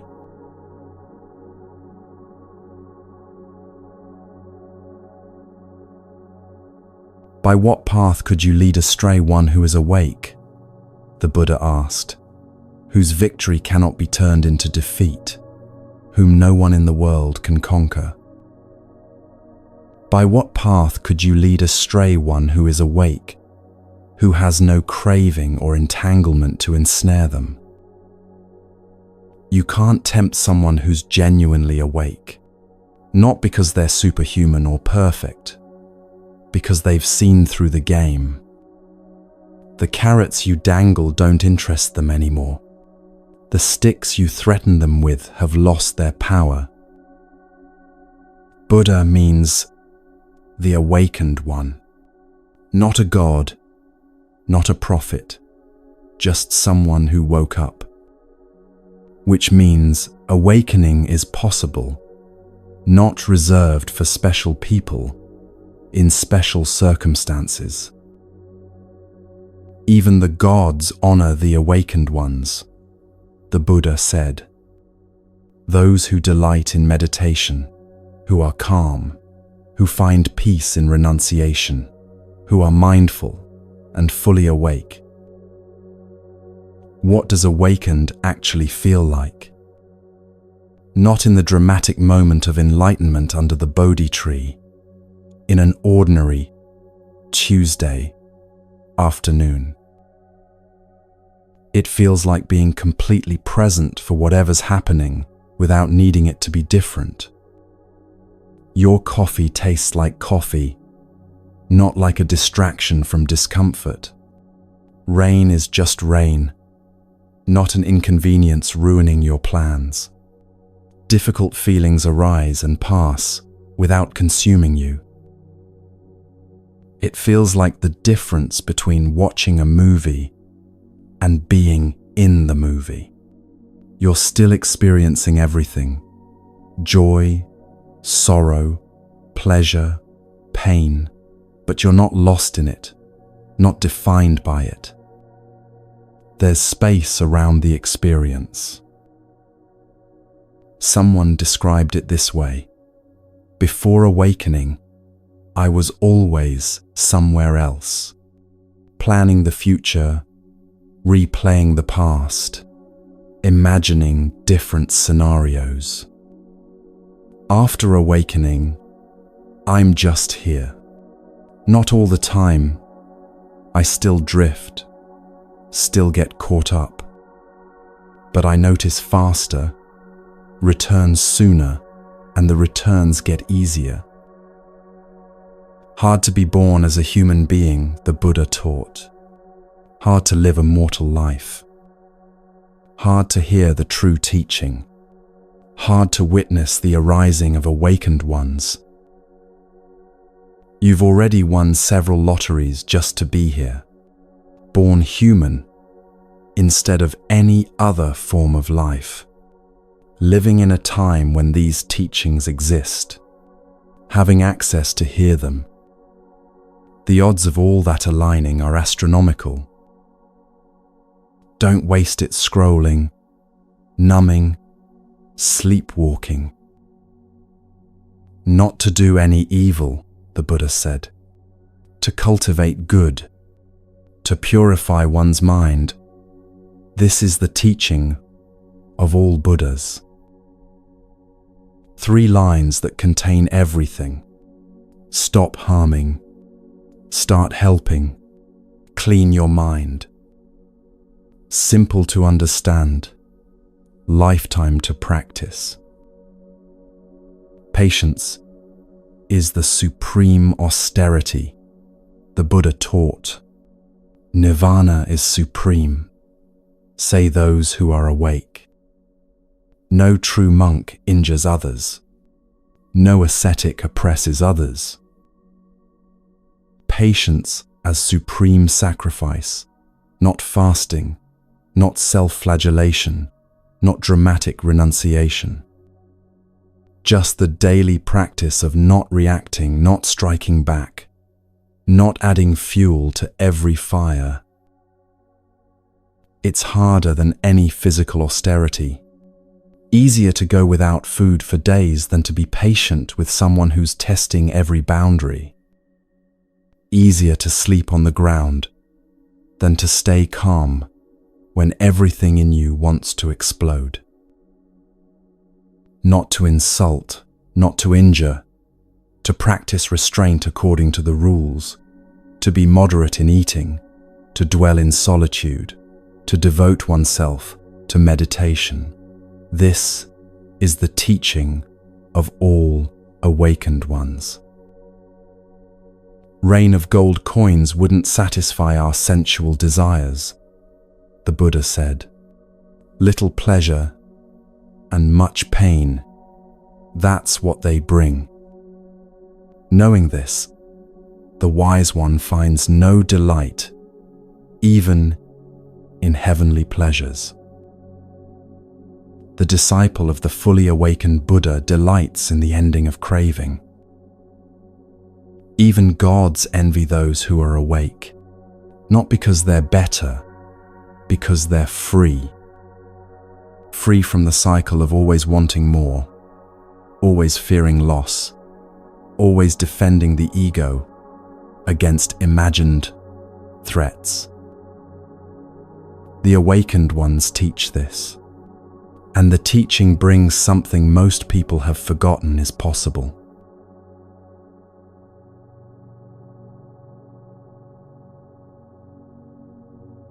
Let us live happily, without hate, among those who hate.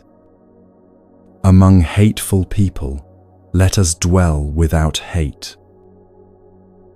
Let us live happily, in good health, among those who are sick. Among sick people, let us dwell in good health. Let us live happily, without yearning among those who yearn. Among those who yearn, let us dwell without yearning. These verses sound impossible until you meet someone who actually lives this way. Then you realize, it's not pretending the hate isn't there. It's not being infected by it. There was someone who worked in a toxic environment, office politics, backstabbing, constant complaints, everyone miserable, and making sure everyone else was too. For months, they participated fully, complained with the complainers, gossiped with the gossipers, hated with the haters. One Monday, they decided to try something different, not to fix everyone else or change the culture, just to stop participating in the toxicity. When people complained, they listened without adding fuel. When people gossiped, they changed the subject. When people spread hate, they stayed quiet or found something genuinely appreciative to say. It was lonely at first. The bonding everyone else did through shared misery wasn't available anymore. Some people thought they were being fake or judgmental. But something shifted. They went home less drained. The job didn't get better, but they stopped carrying the poison home with them. And gradually, a few other people started sitting near them at lunch, drawn to the absence of drama, like plants turning toward light. Let us live happily, though we have nothing. Let us feed on joy like the radiant gods. Victory breeds hatred, the Buddha taught. The defeated live in pain. Those who've abandoned both victory and defeat live happily, at peace. As long as you're keeping score, who won, who lost, who's ahead, you're trapped. The winner feels temporary satisfaction and fear of losing. The loser feels resentment and plans revenge. Both are suffering. Real joy comes when you stop playing the game entirely.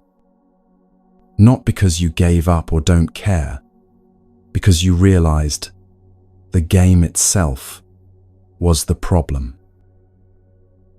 There's no fire like lust, the Buddha said. No crime like hatred. No sorrow like the body. No bliss higher than peace. Hunger is the worst disease. Conditioned things are the greatest suffering. Knowing this as it truly is, nirvana is the highest bliss. Health is the highest gain. Contentment is the greatest wealth. Trust is the best kinship. Nirvana is the highest bliss. Contentment as greatest wealth. Not having everything you want, but wanting what you have. The billionaire who needs more is poor. The person with little who needs nothing is rich. Tasting the flavor of solitude and peace, one becomes free from fear and wrongdoing, drinking the nectar of truth. Good is the sight of noble ones, the Buddha taught. To live with them is always pleasant. By not seeing fools, one would always be happy. Those who travel with fools suffer a long journey. Living with fools is always painful, like living with an enemy. But living with the wise is pleasant, like meeting beloved relatives. If you find a wise companion, someone steady and insightful, walk with them. Overcome all dangers together, mindful and happy. The teaching keeps coming back to this. Who you spend time with shapes who you become. Spend time with people who complain. You'll complain more. Spend time with people who see clearly. You'll see more clearly. Not because they change you directly, because their way of being shows you what's possible. Nirvana is the highest joy, the Buddha said. Not the joy that depends on getting what you want. Not the joy that comes from winning or achieving or being praised. The joy that remains when all conditions change, when everything you built falls apart, when you lose everything external. The joy of being free from craving, free from fear, free from the endless cycle of wanting and not wanting. But joy can become a trap when you start chasing it, grasping at it, demanding it as payment for your spiritual practice.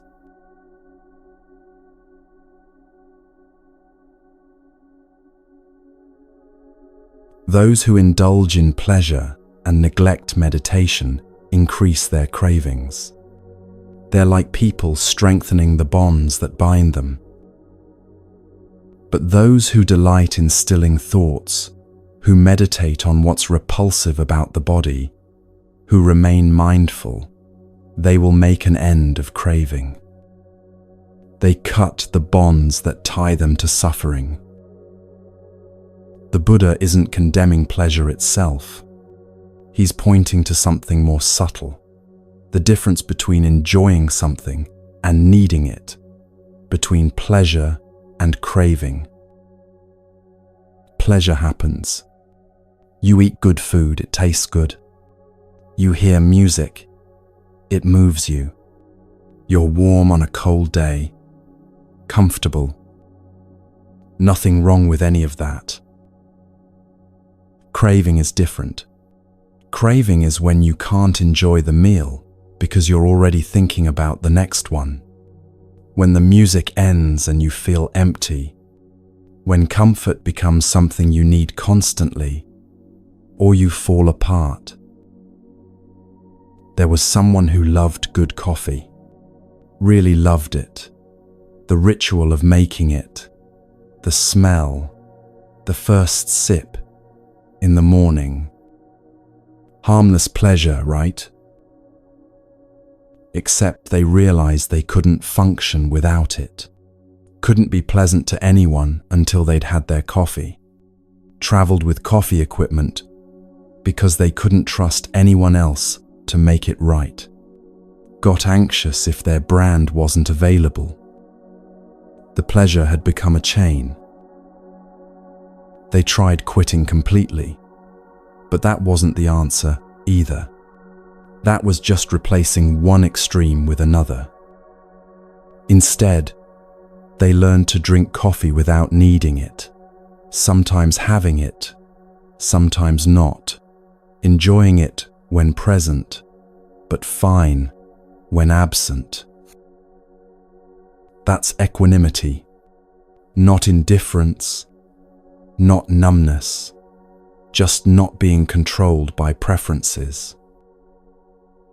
Free from craving and yearning, the Buddha taught, one feels bliss beyond any sensual pleasure. Free from both pleasure and pain, one finds real freedom. From pleasure comes grief. From pleasure comes fear. For one free from pleasure, there's no grief. So how could there be fear? From affection comes grief.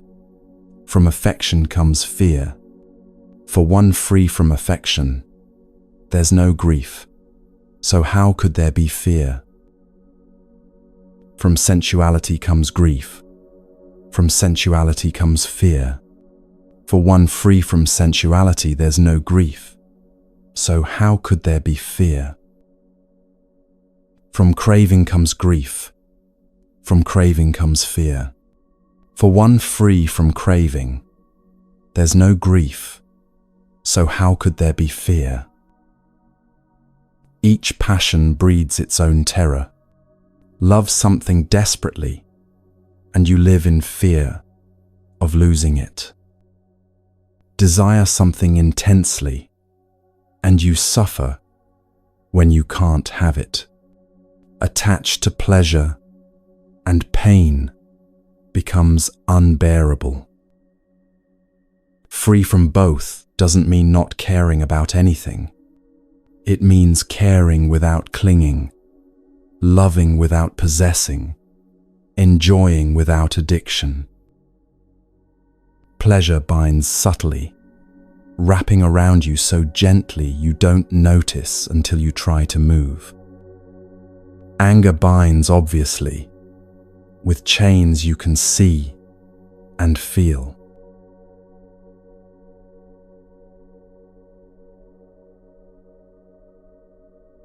Abandon anger, the Buddha said. Give up pride. Get beyond all attachments. When you're not clinging to name and form, when you own nothing, suffering can't touch you. When anger rises like a speeding chariot, one who checks it, that person I call a true charioteer. Others just hold the reins. The image is exact. Anyone can hold reins when horses are calm. The test comes when they're racing, when anger has momentum and wants to run wild. Checking the chariot means feeling the full force of anger without acting on it. Feeling the heat, the righteousness, the absolute certainty that you're justified and not moving. Just sitting with it until it passes, because it always passes if you don't feed it. Conquer anger with love, the Buddha taught. Conquer evil with good. Conquer the stingy with generosity. Conquer the liar with truth. Speak the truth. Don't give in to anger. Give even from your poverty. Through these three things, you reach the presence of the gods. There was someone in a meeting where they were being blamed for something that wasn't their fault. The accusations were unfair. The tone was hostile, and every instinct said, "Fight back. Defend yourself. Make them see they're wrong." They opened their mouth to do exactly that, then stopped. Not from weakness or fear, from seeing the bigger picture. This person blaming them was clearly hurting, clearly threatened, clearly struggling with something that had nothing to do with the actual issue. They could win this argument and make an enemy, or they could let it go and maybe, eventually, find an ally. "You're right that this didn't go well," they said quietly. "Let's figure out how to fix it together." The room shifted. Not dramatically. No one apologized or admitted they were wrong. But the tension dropped, the defensiveness eased, and they actually solved the problem instead of just arguing about whose fault it was. That's conquering anger with non-anger. Not pretending you're not angry. Choosing not to act from anger. Choosing what actually works over what feels momentarily satisfying. The sages who harm no one, who always control their bodies, they go to the unchanging place where, having gone, they don't grieve. Those always wakeful, studying day and night, intent on nirvana, their taints fade away. This is an old saying, not from today alone. They blame one who sits silent. They blame one who speaks much. They blame one who speaks moderately. There's no one in the world who isn't blamed. There never was, there never will be, nor is there now anyone who is only blamed or only praised. Everyone gets criticized. The quiet one for being distant, the talkative one for being overbearing, the moderate one for being bland. You cannot live in a way that pleases everyone. So stop trying. Do what's right, not what gets approval. The wise know the difference. Anger controlled, blame accepted as inevitable, peace chosen over being right. But time is still short, and there's work to do.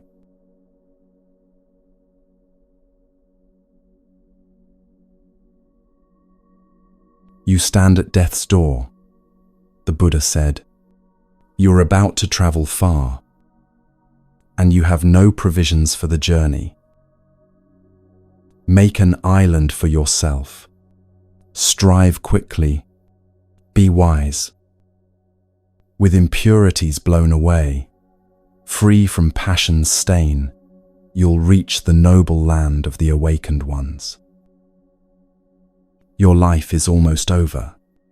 You've come to death's presence. There's no resting place on the way, and you have no provisions. Make an island for yourself. Strive quickly. Be wise. With impurities blown away, free from passion's stain, you won't return to birth and aging. The yellow leaves are falling. That's you. Death's messengers are waiting. That's real. The journey is beginning whether you're ready or not. Not meant to terrify you into panic. Meant to wake you from the comfortable delusion that you have unlimited time to figure things out. Someone once put off every important thing, the difficult conversations, the meaningful work, the vulnerable connections, thinking they'd get to it eventually. Then they got a diagnosis that changed eventually to maybe 6 months. Suddenly, the unimportant fell away. The grudges they'd been nursing, irrelevant. The career achievements they'd been chasing, meaningless. What mattered became crystalline clear, being present with people they loved, saying what needed saying, making peace with their own story. They built the island in 6 months that they could have been building all along. And when the end came, they were ready. Not because they'd finished everything, because they'd done what actually mattered. Little by little, moment by moment, the Buddha taught. The wise one removes impurities from themselves, like a silversmith removing dross from silver. The silversmith doesn't blast the silver with maximum heat all at once. That would destroy it. They apply steady, measured heat, watching carefully, removing each impurity as it rises to the surface. Your work is the same, not dramatic purification through extreme measures, patient, consistent effort over time. Each moment of awareness, each choice toward kindness, each time you catch a harmful pattern and redirect it. One impurity at a time, one day at a time. The work of a lifetime. As rust arising from iron eats away the iron itself, the Buddha said, so one's own deeds lead the transgressor to a bad destination. The rust comes from the iron. It's not applied from outside. It's the iron corrupting itself through its own nature, interacting with air and water. That's how our harmful patterns work. No one makes you resentful. You generate resentment. No one makes you greedy. You cultivate greed. The corruption comes from within, and it destroys from within. Non-recitation is the rust of mantras, the Buddha taught. Non-maintenance is the rust of houses. Laziness is the rust of beauty. Negligence is the rust of the watchful. Misconduct is a woman's flaw. Stinginess is a giver's flaw. Bad qualities are flaws in this world and the next. But worse than all these flaws is ignorance, the worst flaw of all. Life is easy for the shameless, the Buddha said, who is as bold as a crow, a backbiter, arrogant, reckless, corrupt. But life is hard for one who has a sense of shame, always seeks purity, is detached and not reckless, lives purely and with insight. True, it's easier to lie, cheat, take shortcuts, ignore consequences. Easier in the short term anyway. In the long term, the shameless person builds a life like a house on quicksand, looks fine until tested, then everything collapses. Whoever destroys life, speaks falsely, takes what isn't given, goes to another's wife, indulges in intoxicating drink, such a one digs up their own roots right here in this world. Know this, the uncontrolled are in a bad state. Don't let greed and wrongdoing oppress you to long suffering. People give according to their faith and satisfaction, the Buddha said. If you're upset about others' food and drink, you won't reach concentration by day or night. But if you've cut off, destroyed, and eliminated such upset, you reach concentration by day or night. Stop comparing. Stop scorekeeping. Stop being disturbed by what others have or don't have. That disturbance is another chain binding you. Impurities removed through patient effort, one at a time, like silver, becoming pure. But what about the path itself? How do you walk it?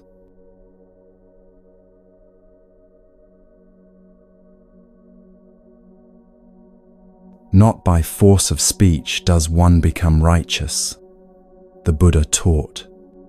One who is patient, free from hate and fear, that one is called righteous. There was a judge known for never rushing to judgment. When cases came before her, she'd listen to all sides completely before saying anything. Sometimes she'd pause for a full minute just thinking, the entire courtroom silent, waiting. Other judges were faster, more decisive, more impressive in their quick certainty. But her verdicts held. People trusted her rulings, even when they disagreed, because they knew she'd actually considered everything carefully. She wasn't smarter than other judges. She just understood that truth reveals itself slowly, that quick judgment is usually wrong judgment, that patience isn't weakness. It's the only way to see clearly. A speaker of much Dhamma who doesn't practice it is like a cowherd counting others' cattle, the Buddha said. They don't share in the contemplative life. A speaker of little Dhamma who practices the teaching, who abandons passion, aversion, and delusion, who has right knowledge and a mind well freed, such a one shares in the contemplative life. Not how much you know, how much you live. Not how eloquently you speak about compassion, how compassionately you treat the person in front of you right now. One isn't called an elder just because one's head is grey, the Buddha taught. If one is merely advanced in years, one is called aged in vain. One in whom there is truth, Dhamma, harmlessness, restraint, and self-control, who has expelled stains and is wise, that one is called an elder.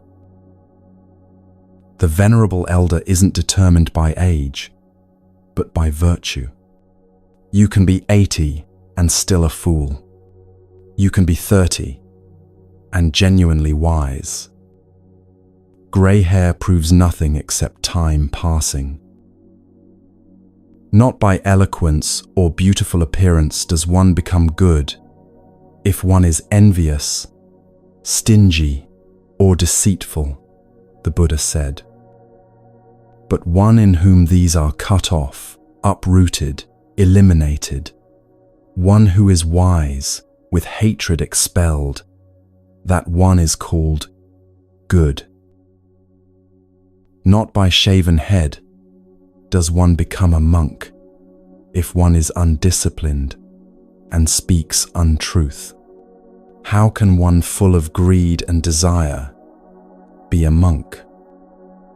But one who calms all evil, great and small, by calming evil, is one called a monk. The costume doesn't make the monk. The vows don't make the monk. Living the teaching makes the monk, whether they're wearing robes or genes. Righteousness established through calm examination, patience, and actual practice rather than performance. Now the path opens before you, clear and waiting.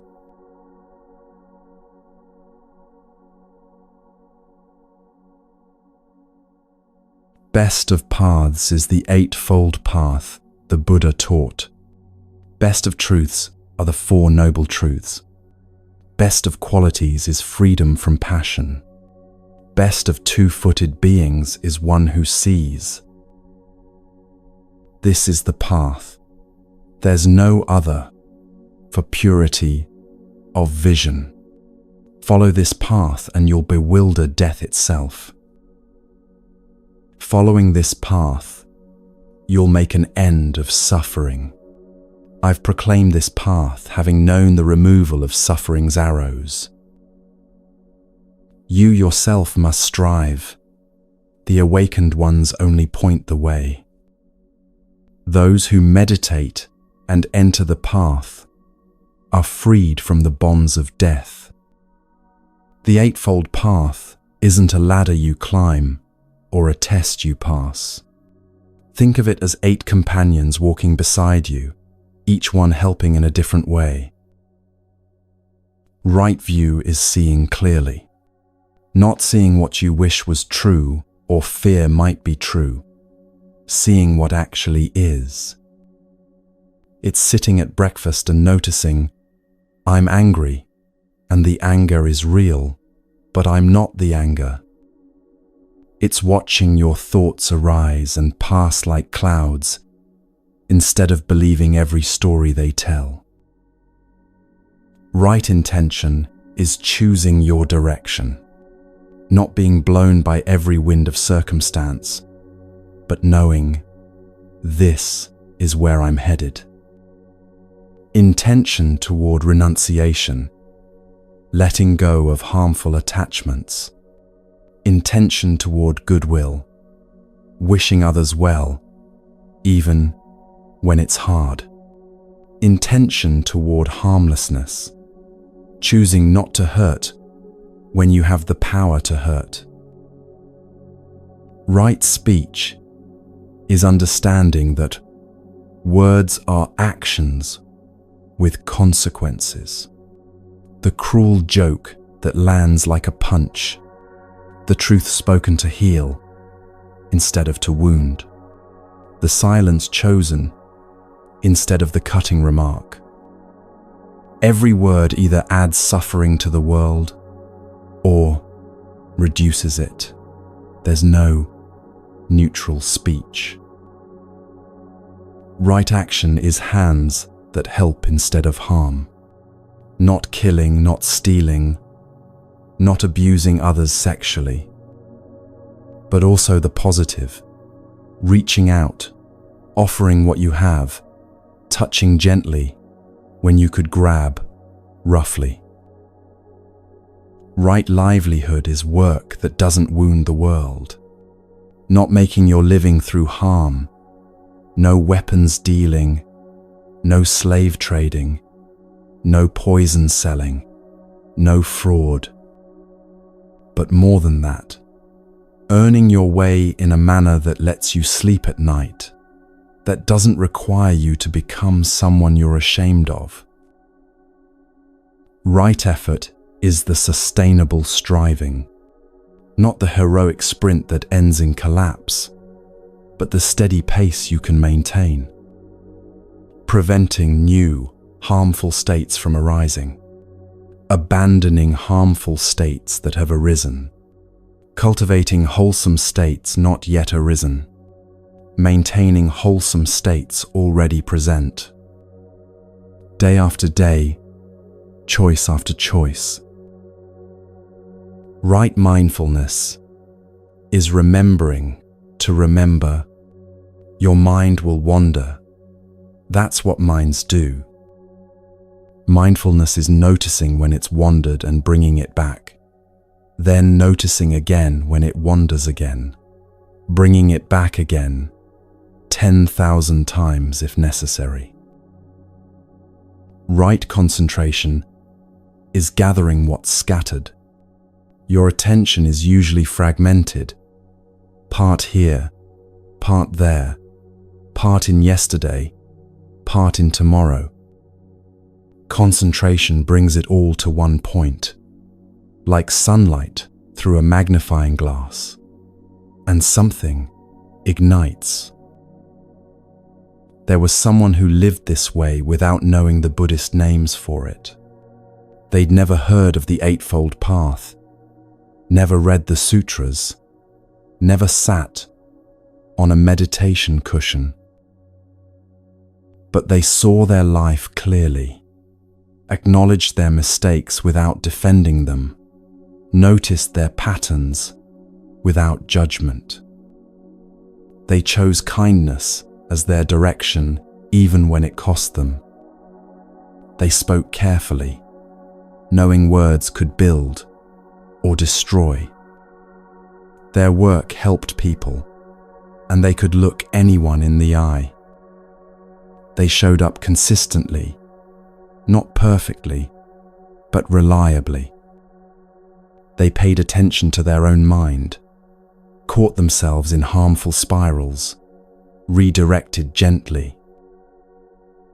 When they finally encountered the Buddha's teaching years later, they thought, "Oh, there are names for what I've been trying to do. I've been walking this path all along without knowing it had a name." The path isn't Buddhist, it's human. The Buddha just mapped what works, what leads to less suffering, what actually helps. All conditioned things are impermanent, he taught. When one sees this with wisdom, one grows weary of suffering. This is the path to purity. All conditioned things are suffering. When one sees this with wisdom, one grows weary of suffering. This is the path to purity. All things are not self. When one sees this with wisdom, one grows weary of suffering. This is the path to purity. The three seals, the three marks of existence. Everything changes. Impermanence. Clinging to what changes creates suffering. Dukkha.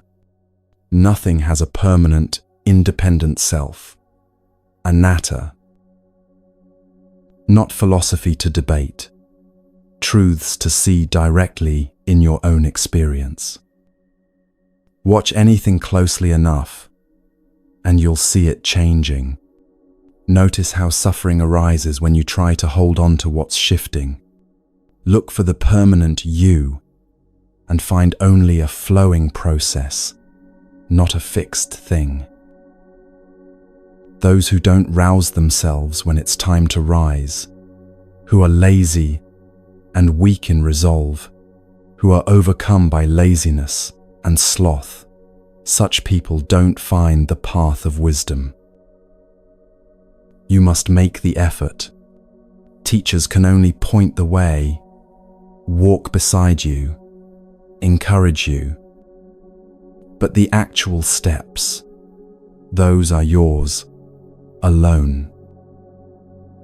The path is clear, mapped by countless travelers before you, maintained by those who walk it now.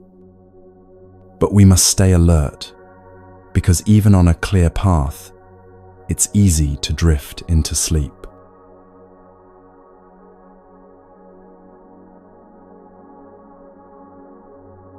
One who gives in to heedlessness in slight things, who delights in slight things, who doesn't remember the goal, such a one grows in craving, like a creeper in the forest. But one who is mindful, who contemplates constantly, who cultivates what should be cultivated, such a one's craving fades away. The difference between small pleasure and great joy isn't obvious at first. Small pleasure is immediate, easy, available. Great joy takes time, effort, sacrifice of the immediate for the lasting. There was someone who loved their evenings of television, wine, and snacks. Nothing wrong with any of it individually. But 4 hours every night, for years, they realized they'd traded their evenings for numbness. They wanted to write, had wanted to for decades. But writing required being present, being alert, being vulnerable. The wine made that impossible. The television filled the space where writing could happen. The snacks were just another distraction. So they stopped. Not forever, not as punishment, just stopped automatically, reaching for those things every single night. The first weeks were uncomfortable. The evenings felt long and empty. They didn't know what to do with themselves without their usual routine. But then they started writing. Badly at first, painfully. But something was coming alive that had been dormant for years. 6 months later, they'd finished a manuscript they'd been planning to write someday for 20 years.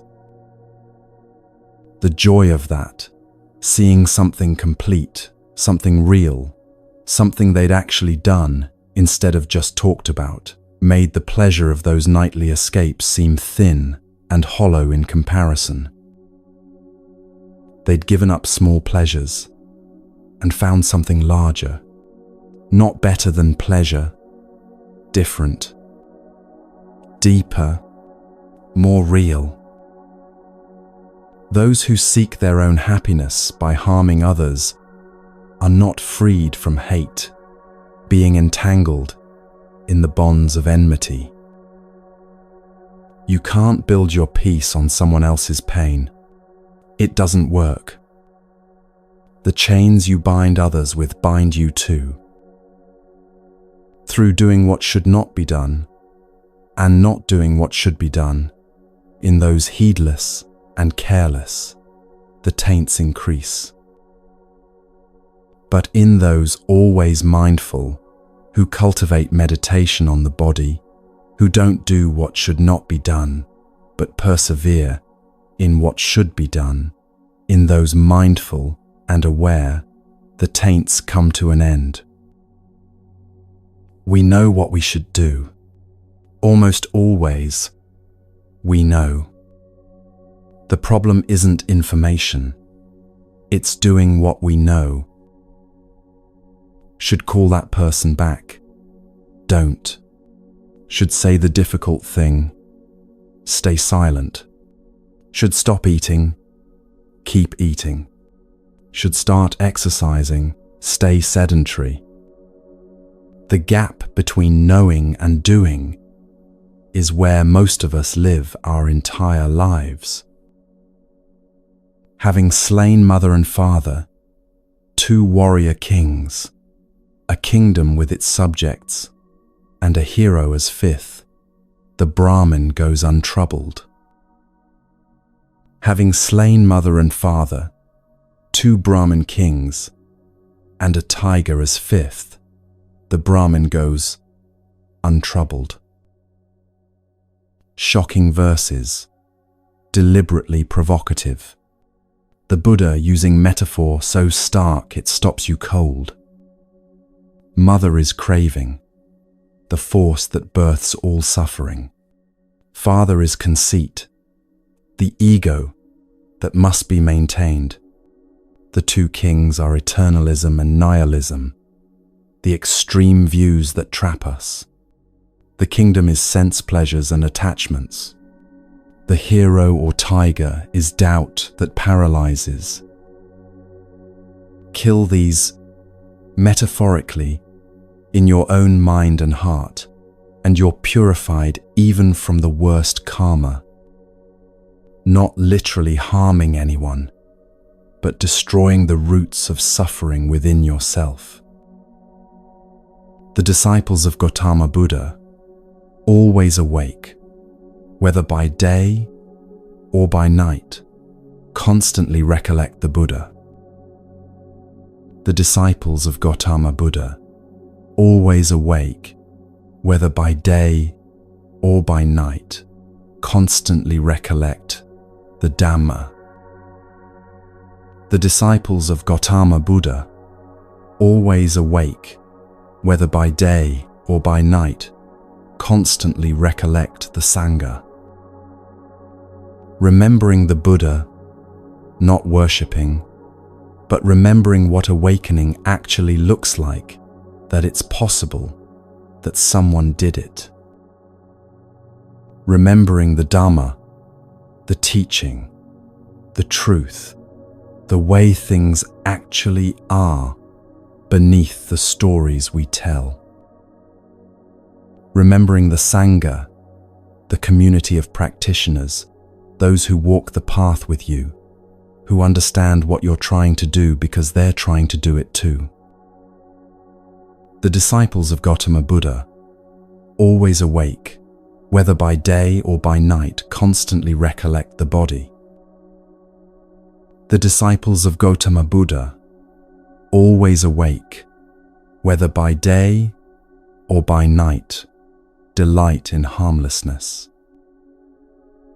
The disciples of Gautama Buddha, always awake, whether by day or by night, delight in meditation. Recollecting the body, this flesh and bones, temporary and changing, subject to aging and death. Not morbid contemplation, but realistic seeing. Delighting in harmlessness, finding actual joy in not causing pain, in being gentle, in letting things live. Delighting in meditation, the deep happiness that comes from a mind at peace with itself, gathered and still. Difficult is the going forth, difficult to delight in, the Buddha taught. Difficult and painful is life in a household. Painful is association with those unlike oneself. The traveler in samsara is beset by pain, so don't be a traveler, don't be beset. Painful to leave the world and become a monastic, giving up everything familiar.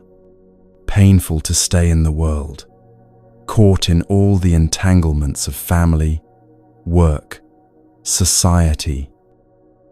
Both paths have their suffering.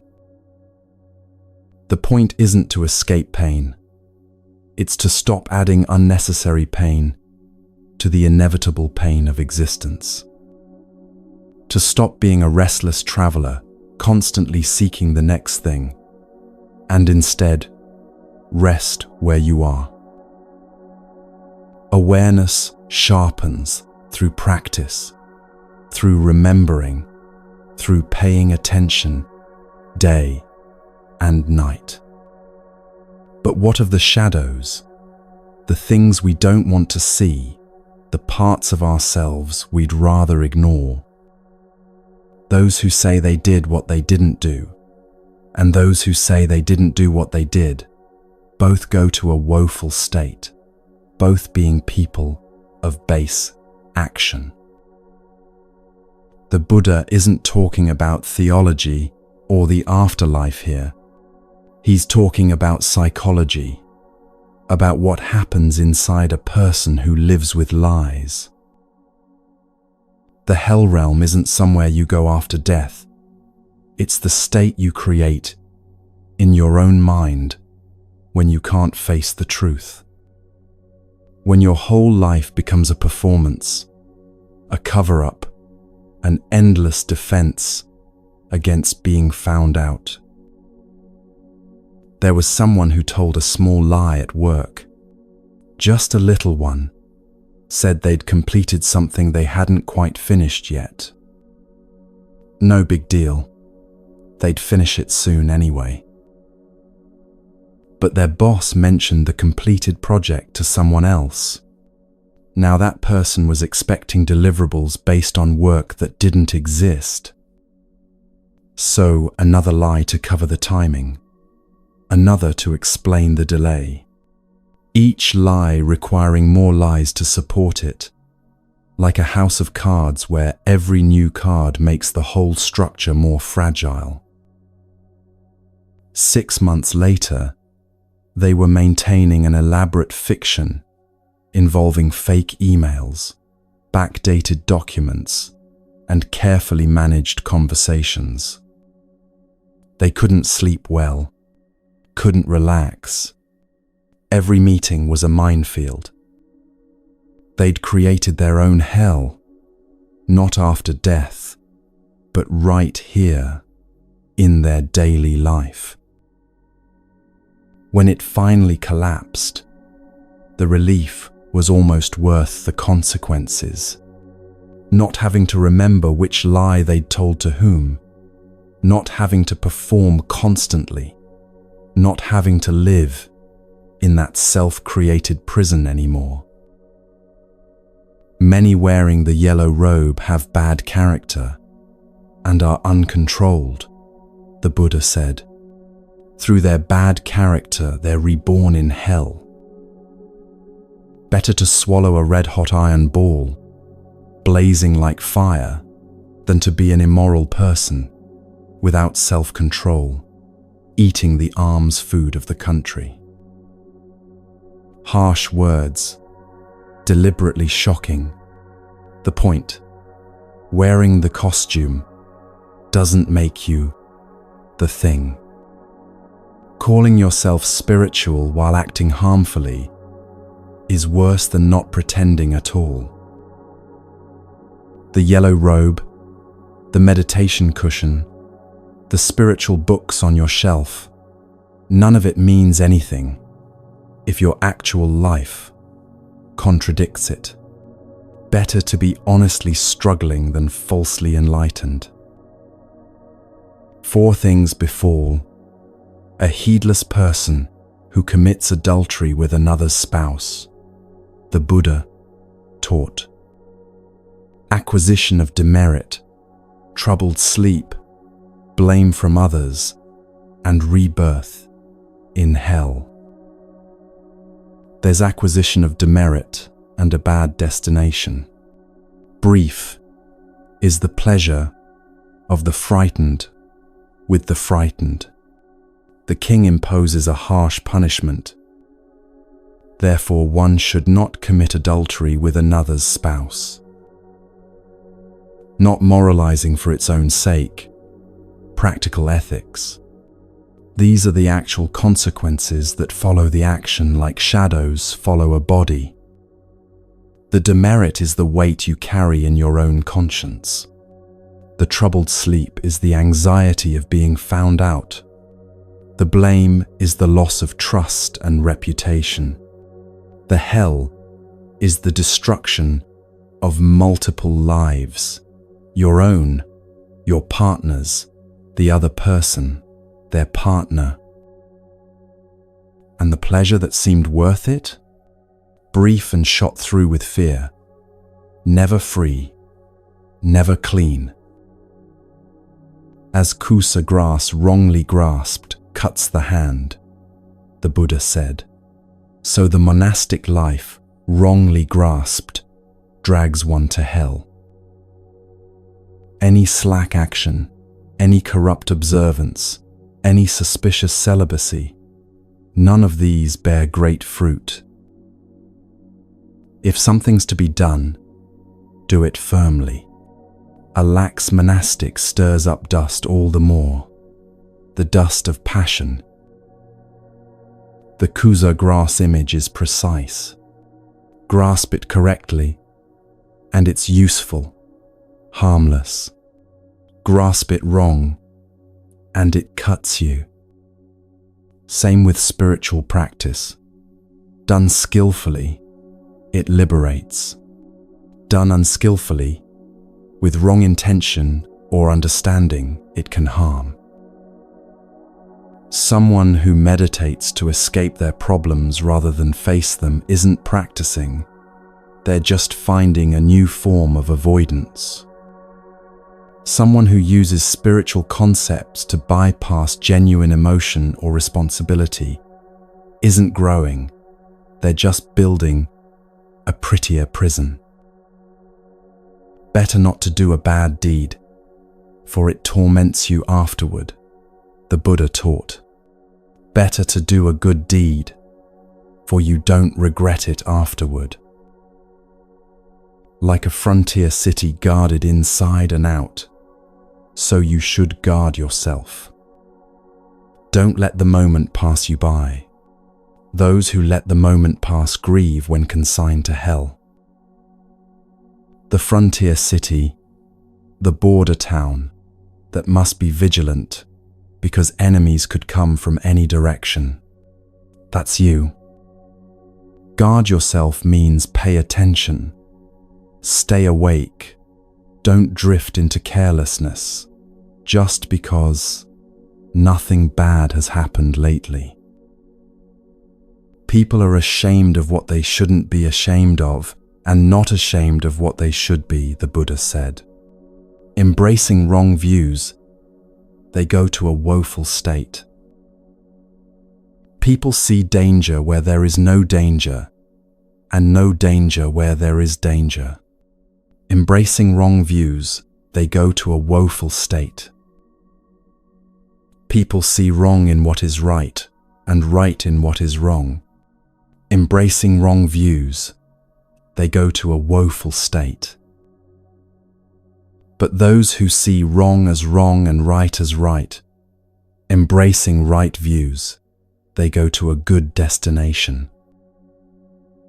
Ashamed of being vulnerable, but not ashamed of being cruel. Afraid of looking weak, but not afraid of causing harm. Seeing kindness as foolishness, and ruthlessness as strength. All of it upside down, all of it leading to suffering. From darkness we turn to endurance, the strength to bear what must be borne.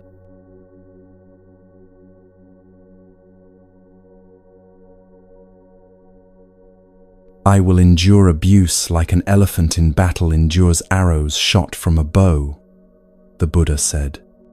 Most people are undisciplined. They lead a tamed elephant into battle. The king mounts a tamed elephant. Best among human beings is the tamed one who endures abuse. Excellent are tamed mules, thoroughbred horses, and great elephants. But better still is one who has tamed oneself. The elephant in battle stands firm, while arrows rain down, not because it doesn't feel them, because it's been trained to endure without fleeing or attacking wildly. That's the strength the Buddha is pointing to, not invulnerability, disciplined response to inevitable pain. You will be criticized, attacked, misunderstood, hurt. The question isn't whether it happens, but how you meet it when it does. For not by these vehicles could you go to the untrodden land, the Buddha taught, but by self, well-tamed, you go, being well-tamed yourself. The elephant called Dhammapada, hard to control, when in rut, bound, eats not a morsel. The great elephant misses the elephant forest. Even the strongest, most magnificent elephant, when captured, when bound, remembers freedom and refuses to participate in captivity. That longing for the forest, for the natural state, for what you really are beneath all the conditioning, the Buddha is saying, honor that longing. When a person is sluggish and gluttonous, a sleeper who wallows like a great hog fed on grains, such a dullard enters the womb again and again. Before, this mind wandered where it wished, as it liked, as it pleased, the Buddha said. Today I will hold it in check, as one wielding a goad controls an elephant in rut. Notice, even the Buddha's mind wandered. Even he had to train it, hold it in check, work with it deliberately. He's not describing some perfect state he was born into. He's describing the ongoing practice of training attention. Your mind wanders too. That's not failure. That's the human condition. The practice is bringing it back, again and again, with the patience of someone training a powerful animal. Delight in heedfulness, the Buddha taught. Guard your mind well. Lift yourself out of the bad way, as an elephant, sunk in mud, pulls itself out. The elephant doesn't sink in mud and then give up, deciding it's too hard to escape. It uses its strength methodically, one movement at a time, until it's free. You do the same with habits that trap you, with patterns that feel overwhelming, one choice at a time, one day at a time, persistent effort, until you're standing on solid ground again. If you find a mature companion, a wise associate who leads a good life, you should, overcoming all dangers, wander with that person, pleased and mindful.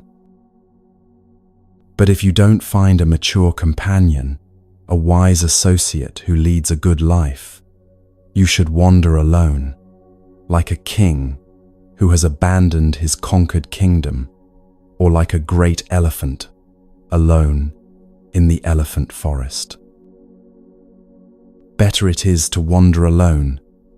There's no companionship with a fool. Wander alone and do no evil, free from care like a great elephant alone in the elephant forest.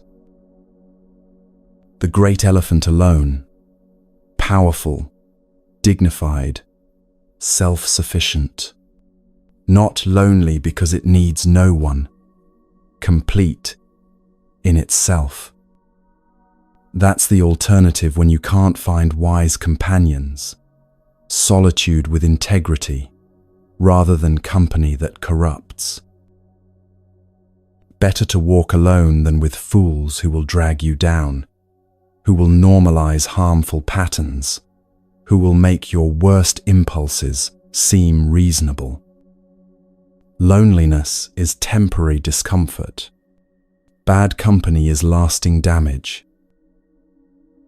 A pleasant thing is companionship. When a need has arisen, the Buddha taught, pleasant is contentment with whatever there is. Pleasant at life's end is merit. Pleasant is the abandoning of all suffering.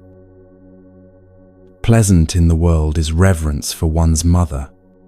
Pleasant too is reverence for one's father. Pleasant in the world is reverence for monastics. Pleasant too is reverence for the noble ones. Pleasant is virtue lasting to old age. Pleasant is faith well established. Pleasant is attainment of wisdom.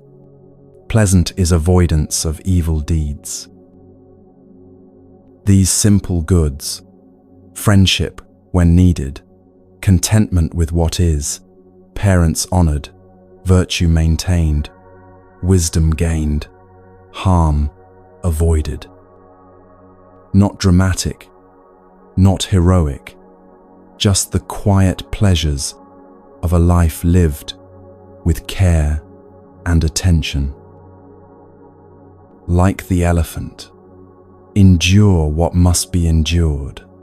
The arrows of criticism, the weight of responsibility, the difficulty of transformation. Like the monk, renounce what must be renounced, the comfortable lies, the easy escape, the false companionship that corrupts.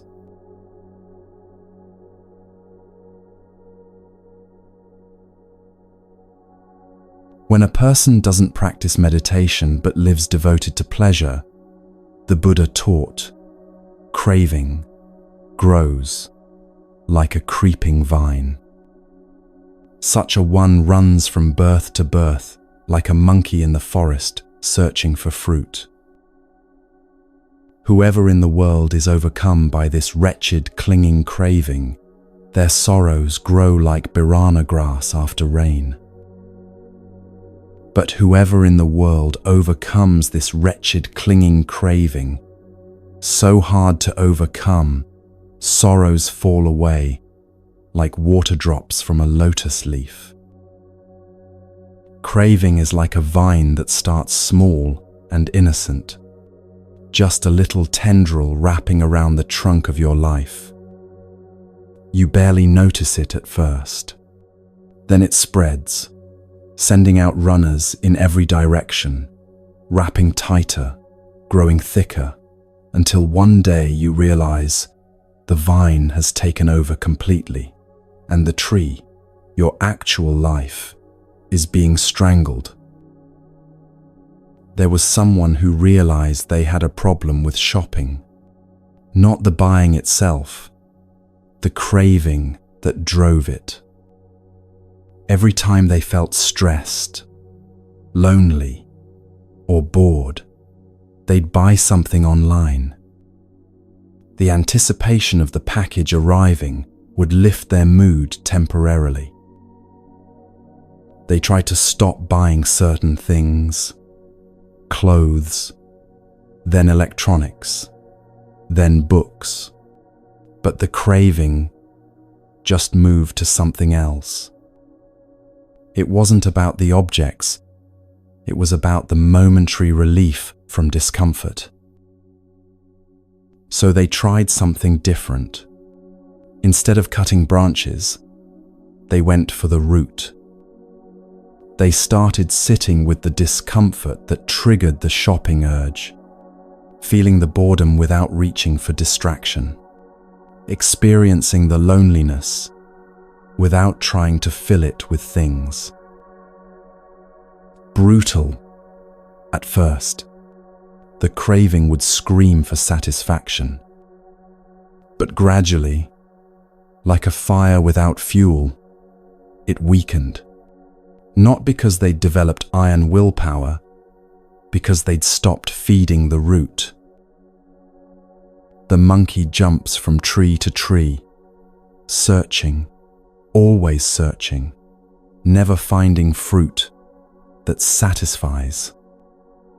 That's what craving does. Keeps you moving, seeking, convinced the next thing will finally be enough. This is the blessing I tell you, the Buddha said. All of you gathered here, dig up the root of craving like one digging up birana grass for its fragrant root. Don't let death crush you again and again, like a flood crushing a reed. The birana grass has bitter leaves, but a sweet-smelling root. You have to dig through the unpleasant surface to get to what's valuable underneath. Same with craving. You have to go through the discomfort of not satisfying it to reach the freedom beneath. Just as a tree, though cut down, sprouts again if its root is strong and undamaged, so suffering returns again and again if craving's tendency is not completely uprooted. You can cut down the manifestations of craving 1,000 times. Stop drinking but start eating compulsively. Stop eating compulsively but start overworking. Stop overworking but start endlessly scrolling.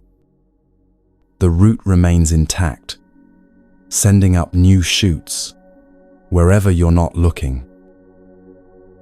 The 36 streams of craving flowing toward pleasure overwhelm a person of wrong views, the Buddha taught. The currents, thoughts based on passion, carry such a one away. 36 rivers of desire, wanting things to be different than they are, wanting more of what feels good, wanting less of what feels bad, wanting to be someone else, somewhere else, some other time. All flowing, all pulling, all trying to sweep you away from where you actually are. The streams flow everywhere. The creeper sprouts and spreads. Seeing the creeper that has arisen, cut the root with wisdom. Beings flow toward pleasures, the Buddha said, seeking delights. Such people, subject to birth and aging, just see them, caught in the current of craving. People caught in craving run about like a hunted hare, bound by fetters and bonds. They return to suffering again and again for a long time. The hare fleeing the hunter, pure panic, no strategy, just running. That's beings fleeing their own craving, which is impossible because you can't outrun what's inside you. The faster you run, the more exhausted you become, and the craving is still there, waiting. People caught in craving run about like a hunted hare. Therefore, one wanting freedom from passion should remove craving from oneself. Someone free from the forest of craving returns to the forest again. Just look at that person.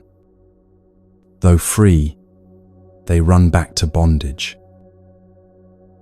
The saddest case, someone who has tasted freedom, who knows what it's like to be free from craving, who then voluntarily walks back into prison. Was free, returned to prison. The Buddha's words are stark because the situation is tragic. Why do people do it? Because freedom can be uncomfortable. It requires being present with everything, not just the pleasant, but the difficult, the boring, the painful. Craving offers the familiar comfort of having something to chase, someone to be, somewhere to get to. Craving loosens its grip when we become what we're looking for, instead of endlessly seeking it outside ourselves.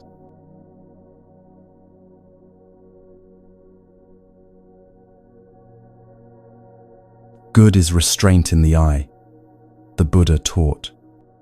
Good is restraint in the ear. Good is restraint in the nose. Good is restraint in the tongue. Good is restraint in the body. Good is restraint in speech. Good is restraint in mind. Good is restraint everywhere. A monk restrained everywhere is freed from all suffering. Restraint doesn't mean repression. It means skillful relationship with the senses, not being controlled by every stimulus, every impulse, every passing desire. The monastic life is a metaphor available to everyone, not just people in robes. It's the choice to live with intention instead of habit, with awareness instead of autopilot, with commitment to what actually matters instead of drift. One who restrains hand and foot, restrains speech as well, delights in inner stillness, is content, solitary, at peace. That one I call a monk. There was someone with a regular job, a family, a mortgage, completely ordinary life, but they lived like a monk in the essential ways. They were careful with their words, spoke only when it added value. They didn't chase every pleasure that presented itself. They spent time in silence every day, just sitting, just being present. They were content with what they had instead of constantly wanting more. Their friends thought they were missing out on life, but they'd found something their friends were still searching for, a sense of enough, of being home in themselves, of not needing circumstances to be different to be okay. A monk who controls their tongue, speaks wisely, is gentle, explains the meaning and the letter of the teaching. Sweet is their speech. One who dwells in the Dhamma, delights in the Dhamma, meditates on the Dhamma, remembers the Dhamma well. Such a monk doesn't fall away from the true Dhamma. One shouldn't despise what one receives, nor envy others. A monk who envies others doesn't attain concentration. Even if receiving little, if a monk doesn't despise their gains, the gods praise such a one who lives purely and doesn't slacken effort. The hand without a wound can carry poison. The Buddha taught, poison doesn't affect one without a wound. There's no evil for one who doesn't do evil.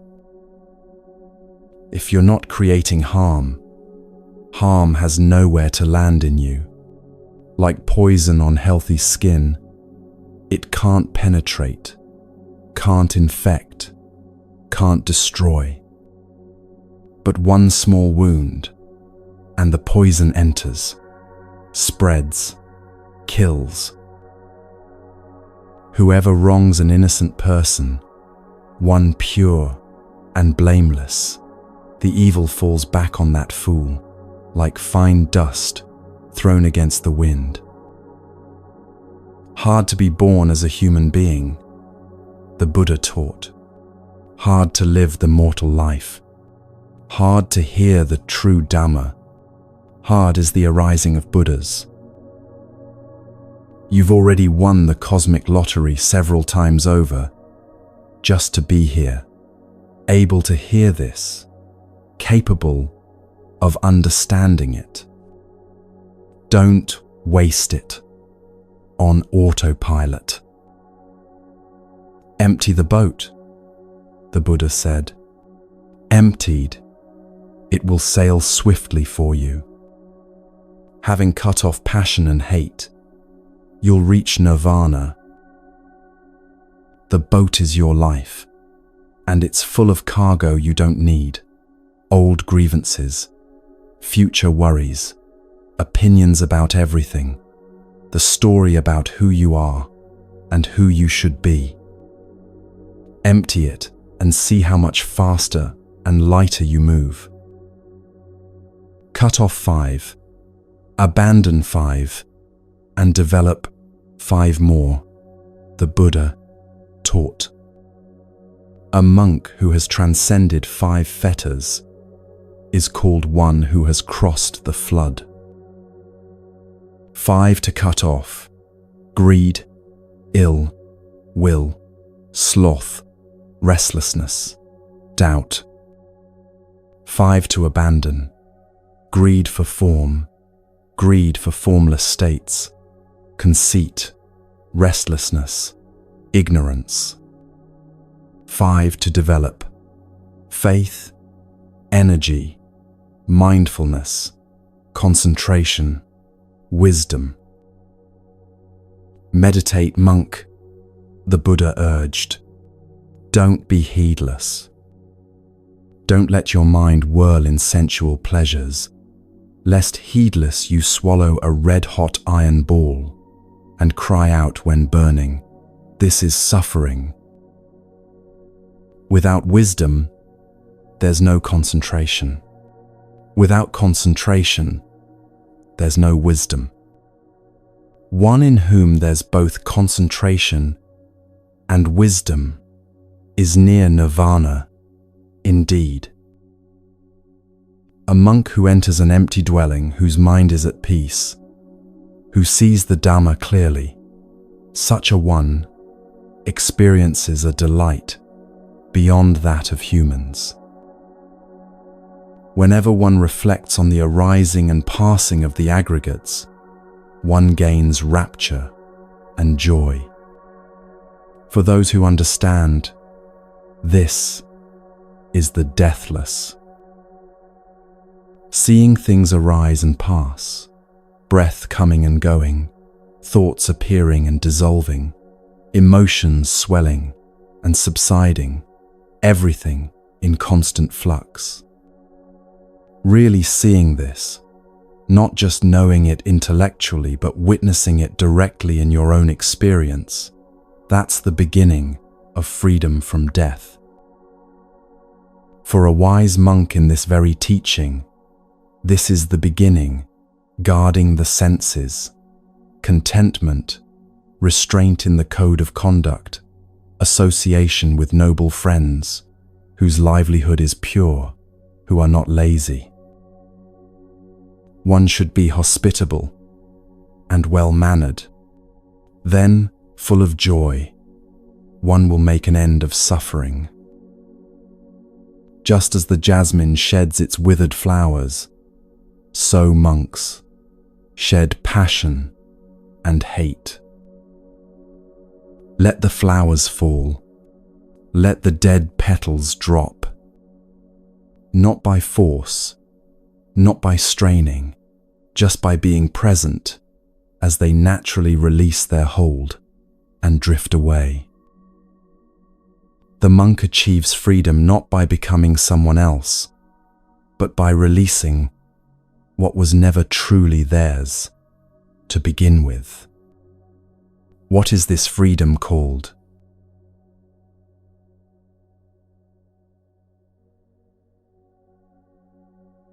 Cut off the stream completely, the Buddha taught.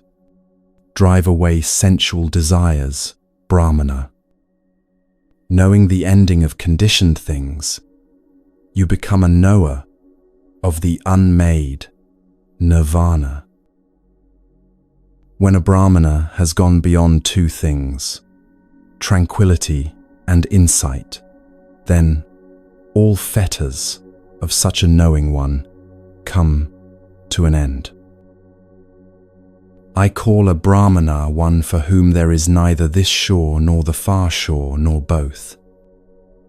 One who is free from distress and unbound. The word Brahmana here has nothing to do with birth or caste. The Buddha is describing inner nobility, the qualities of someone who has completed the journey, who has arrived at what they were always seeking. No shore means not clinging to anything, not this world or the next, not being or non-being, not existence or extinction. Just free, completely free, standing nowhere because there's nowhere they need to stand. I call a Brahmana one who is meditative, free from blemish, settled, whose work is done, who is free from taints and has attained the highest goal. There was someone you might have met and not noticed anything special about them. They worked an ordinary job, lived in a regular house, wore normal clothes. But when you talked to them, something was different. They weren't trying to impress you or convince you of anything. They didn't need to be right or to win. When you spoke, they actually listened instead of just waiting for their turn to talk. When they spoke, their words came from somewhere real, not from script or performance. They'd clearly been through things, you could see it in their eyes, but they weren't carrying those things like weights anymore. More like they'd learned from them and set them down. The sun shines by day, the Buddha said. The moon glows by night. The warrior shines in armor. The Brahmana shines in meditation. But all day and all night, the Buddha shines in radiance. I call a Brahmana one who has banished evil, who is called a contemplative for being calm, who has left home by going forth, who has expelled all blemish. Because one has banished evil, one is called a Brahmana, the Buddha taught. Because one lives in peace, one is called a contemplative. By abandoning one's impurities, one is called one gone forth. The titles don't matter. What matters is the actual state of being they point to. Someone who has genuinely let go of causing harm, who lives in actual peace, who has released what needed releasing. One should not strike a Brahmana, the Buddha said, nor should a Brahmana let loose anger at the striker. Shame on one who strikes a Brahmana, and more shame on one who lets loose anger. It's no small thing for a Brahmana that one restrains the mind from things endearing. When the intent to harm has been abandoned, right there, suffering is stilled. The person I'm describing, when someone was rude to them, they didn't become rude back. Not because they were suppressing anger, just because the anger didn't arise the way it once might have. The insult landed, but found nothing to stick to, like rain on leaves that just runs off. I call a Brahmana one who does no wrong by body, speech, or mind, who is restrained in these three ways. I call a Brahmana one from whom one should learn the Dhamma taught by the rightly self-awakened one, paying homage respectfully as a Brahmin to the sacrificial fire. Not by matted hair, by clan, or by birth does one become a Brahmana, the Buddha taught. One in whom there is truth and Dhamma is pure, that one is a Brahmana. What use is your matted hair, you fool? What use your skin of deer? Inwardly you're full of greed, while outwardly you make yourself pure. The costume means nothing. You can wear robes or matted hair or designer clothes. None of it matters if your actual life contradicts what you're presenting. But someone wearing ordinary clothes, who lives with genuine integrity, who has done the inner work, that one is holy, whatever they're wearing. I call a Brahmana one wearing rag robes, lean, with veins showing, meditating alone in the forest. I don't call one a Brahmana for being born of a Brahmana mother or from Brahmana womb. If one has possessions, one is just called one who says, sir. I call a Brahmana one who is without possessions and without clinging. I call a Brahmana one who has cut all fetters and doesn't tremble, who has gone beyond bonds and is unbound. The person had let go of so much, not in a dramatic renunciation, just gradually, over years, releasing what didn't serve. The need to be admired, the need to accumulate, the need to be right, the need to have their version of the past validated. Each release made them lighter, freer, more present. I call a Brahmana one who has cut the strap and thong, the rope with its attachments, who has lifted the bar of the door and is awakened. I call a Brahmana one who, though innocent, endures abuse, beating, and binding, whose strength is patience, whose army is strength. I call a Brahmana one who is free from anger, observant of duties, virtuous, without craving, tamed, and in the final body. The final body, meaning this is the last time they'll be driven by unconscious craving into another life of suffering. They've finished the work. This life is completion, not preparation for another round. I call a Brahmana one who doesn't cling to sensual pleasures, like water on a lotus leaf or a mustard seed on the point of an awl. Water doesn't stick to the lotus leaf. It beads up and rolls off. A mustard seed can't balance on a needle point. It falls right off. That's the relationship to pleasure.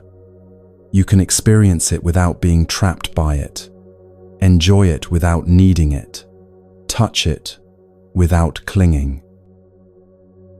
I call a Brahmana one who knows right here the end of suffering, who has put down the burden and is unbound. I call a Brahmana one of deep discernment, wise, knowing the right and wrong path, who has attained the highest goal. The person knew things, but not from books alone. They knew from having walked through darkness and found the way out. When you asked them questions, they didn't quote texts. They spoke from direct experience, from having been lost and then found. I call a Brahmana one who associates with neither householders nor the homeless, who wanders without an abode, with few wants. I call a Brahmana one who has laid down the rod toward beings, firm and frail, who neither kills nor causes killing. I call a Brahmana one unopposed among the opposed, at peace among the armed, unclinging among those who cling. Unopposed among the opposed, not fighting those who fight, not hating those who hate, not playing the game everyone else is playing. Standing apart from the whole system of opposition and counter-opposition, finding peace in a world at war with itself. I call a Brahmana from whom passion, aversion, conceit, and contempt have fallen away like a mustard seed from the tip of an awl. I call a Brahmana one who would say what is instructive, true, and pleasing, who would offend no one with speech.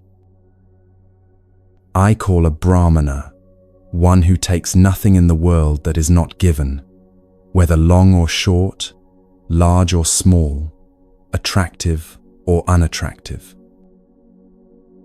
I call a Brahmana one with no longings for this world or the next, who is longing free and unbound. No longings doesn't mean no preferences or no joy. It means not being driven by the desperate need for things to be other than they are. You can prefer sunshine to rain without suffering when it rains. You can hope for good outcomes without being destroyed when outcomes disappoint. I call a Brahmana one who has no attachments, who through knowledge has no uncertainties, who has reached the deathless. I call a Brahmana one who has gone beyond attachment here to both merit and evil, who is sorrowless, stainless, and pure. Gone beyond good and evil. This sounds shocking until you understand it. Not beyond ethics or morality, but beyond identifying as the good person versus the bad person. Beyond keeping score, beyond needing to prove goodness, beyond the whole system of self-judgment and self-congratulation. Just doing what's right because it's right, not because of what it makes you, or how it looks, or what reward it brings. I call a Brahmana one who is spotless, like the moon, pure, serene, and clear, in whom delight in being has been destroyed. Like the moon, pure, serene, clear, untroubled. Not because nothing difficult ever happens, but because nothing sticks, nothing stains, nothing permanently disturbs that fundamental clarity. The person had that quality. You could bring them your chaos, your drama, your emergency, and they'd help without absorbing it, without becoming it. Like the moon reflecting everything without being changed by what it reflects.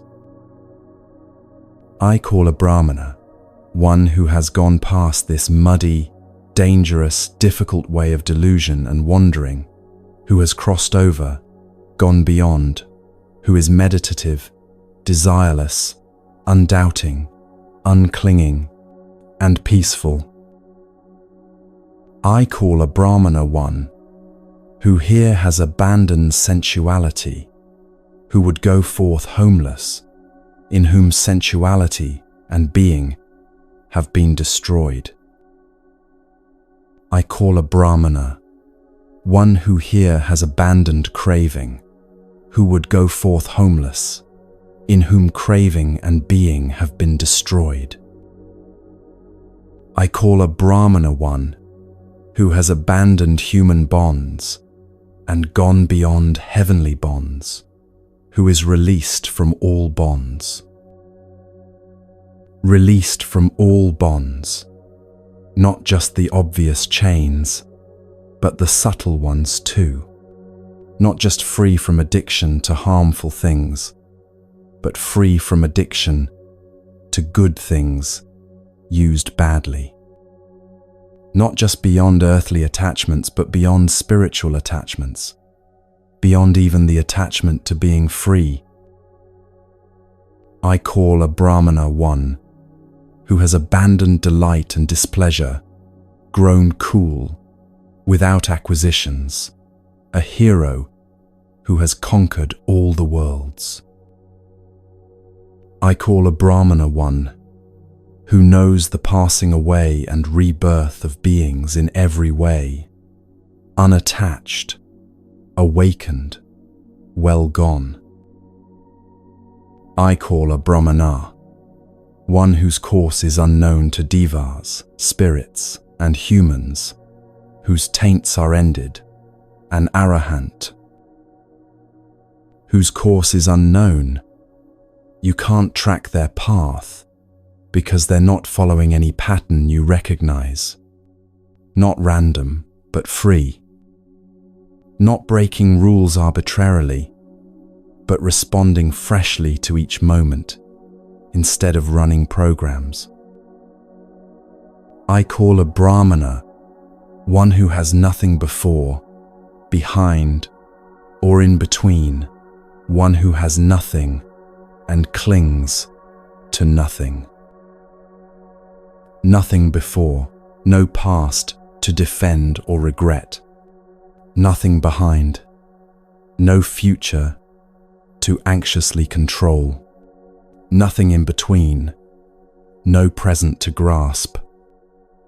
Just here, just this, just now, without the weight of any of it.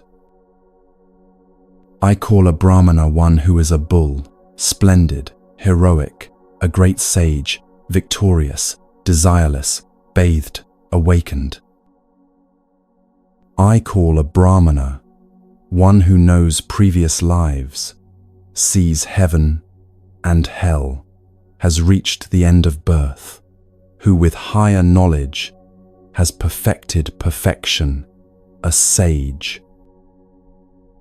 This is what the Buddha saw under the Bodhi tree, his past lives, the whole cycle of birth and death, the way suffering perpetuates itself, and the way out.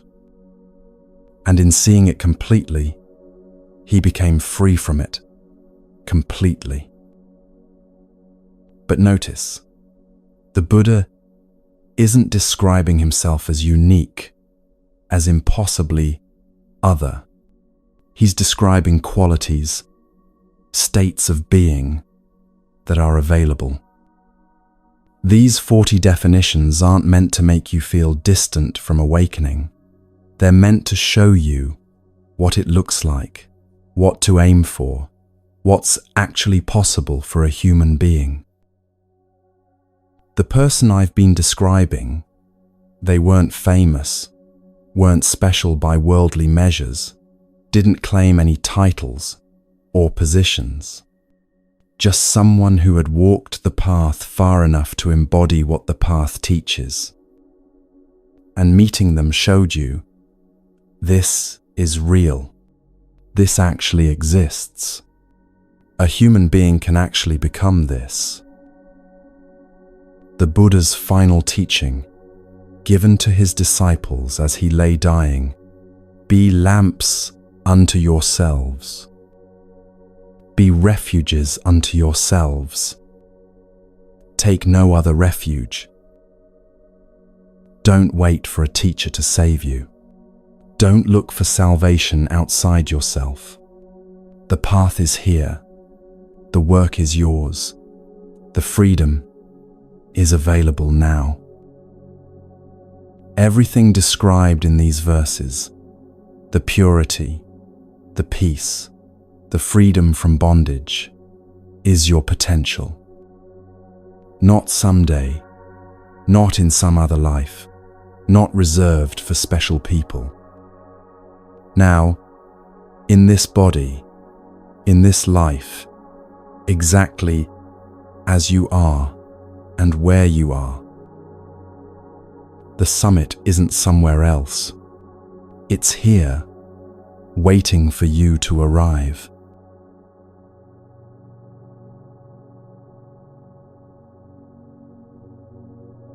"3 hours ago, you began listening. Now you're here.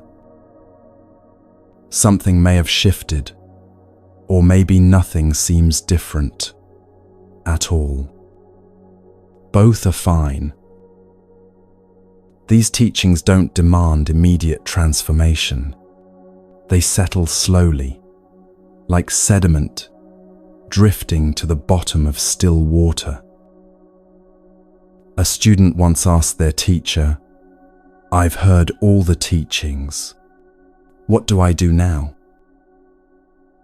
The teacher said nothing, just sat there, present and quiet. The silence itself was the answer.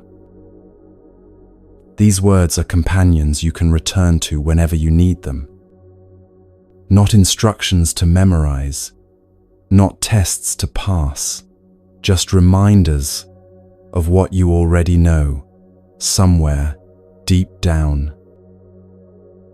The path remains.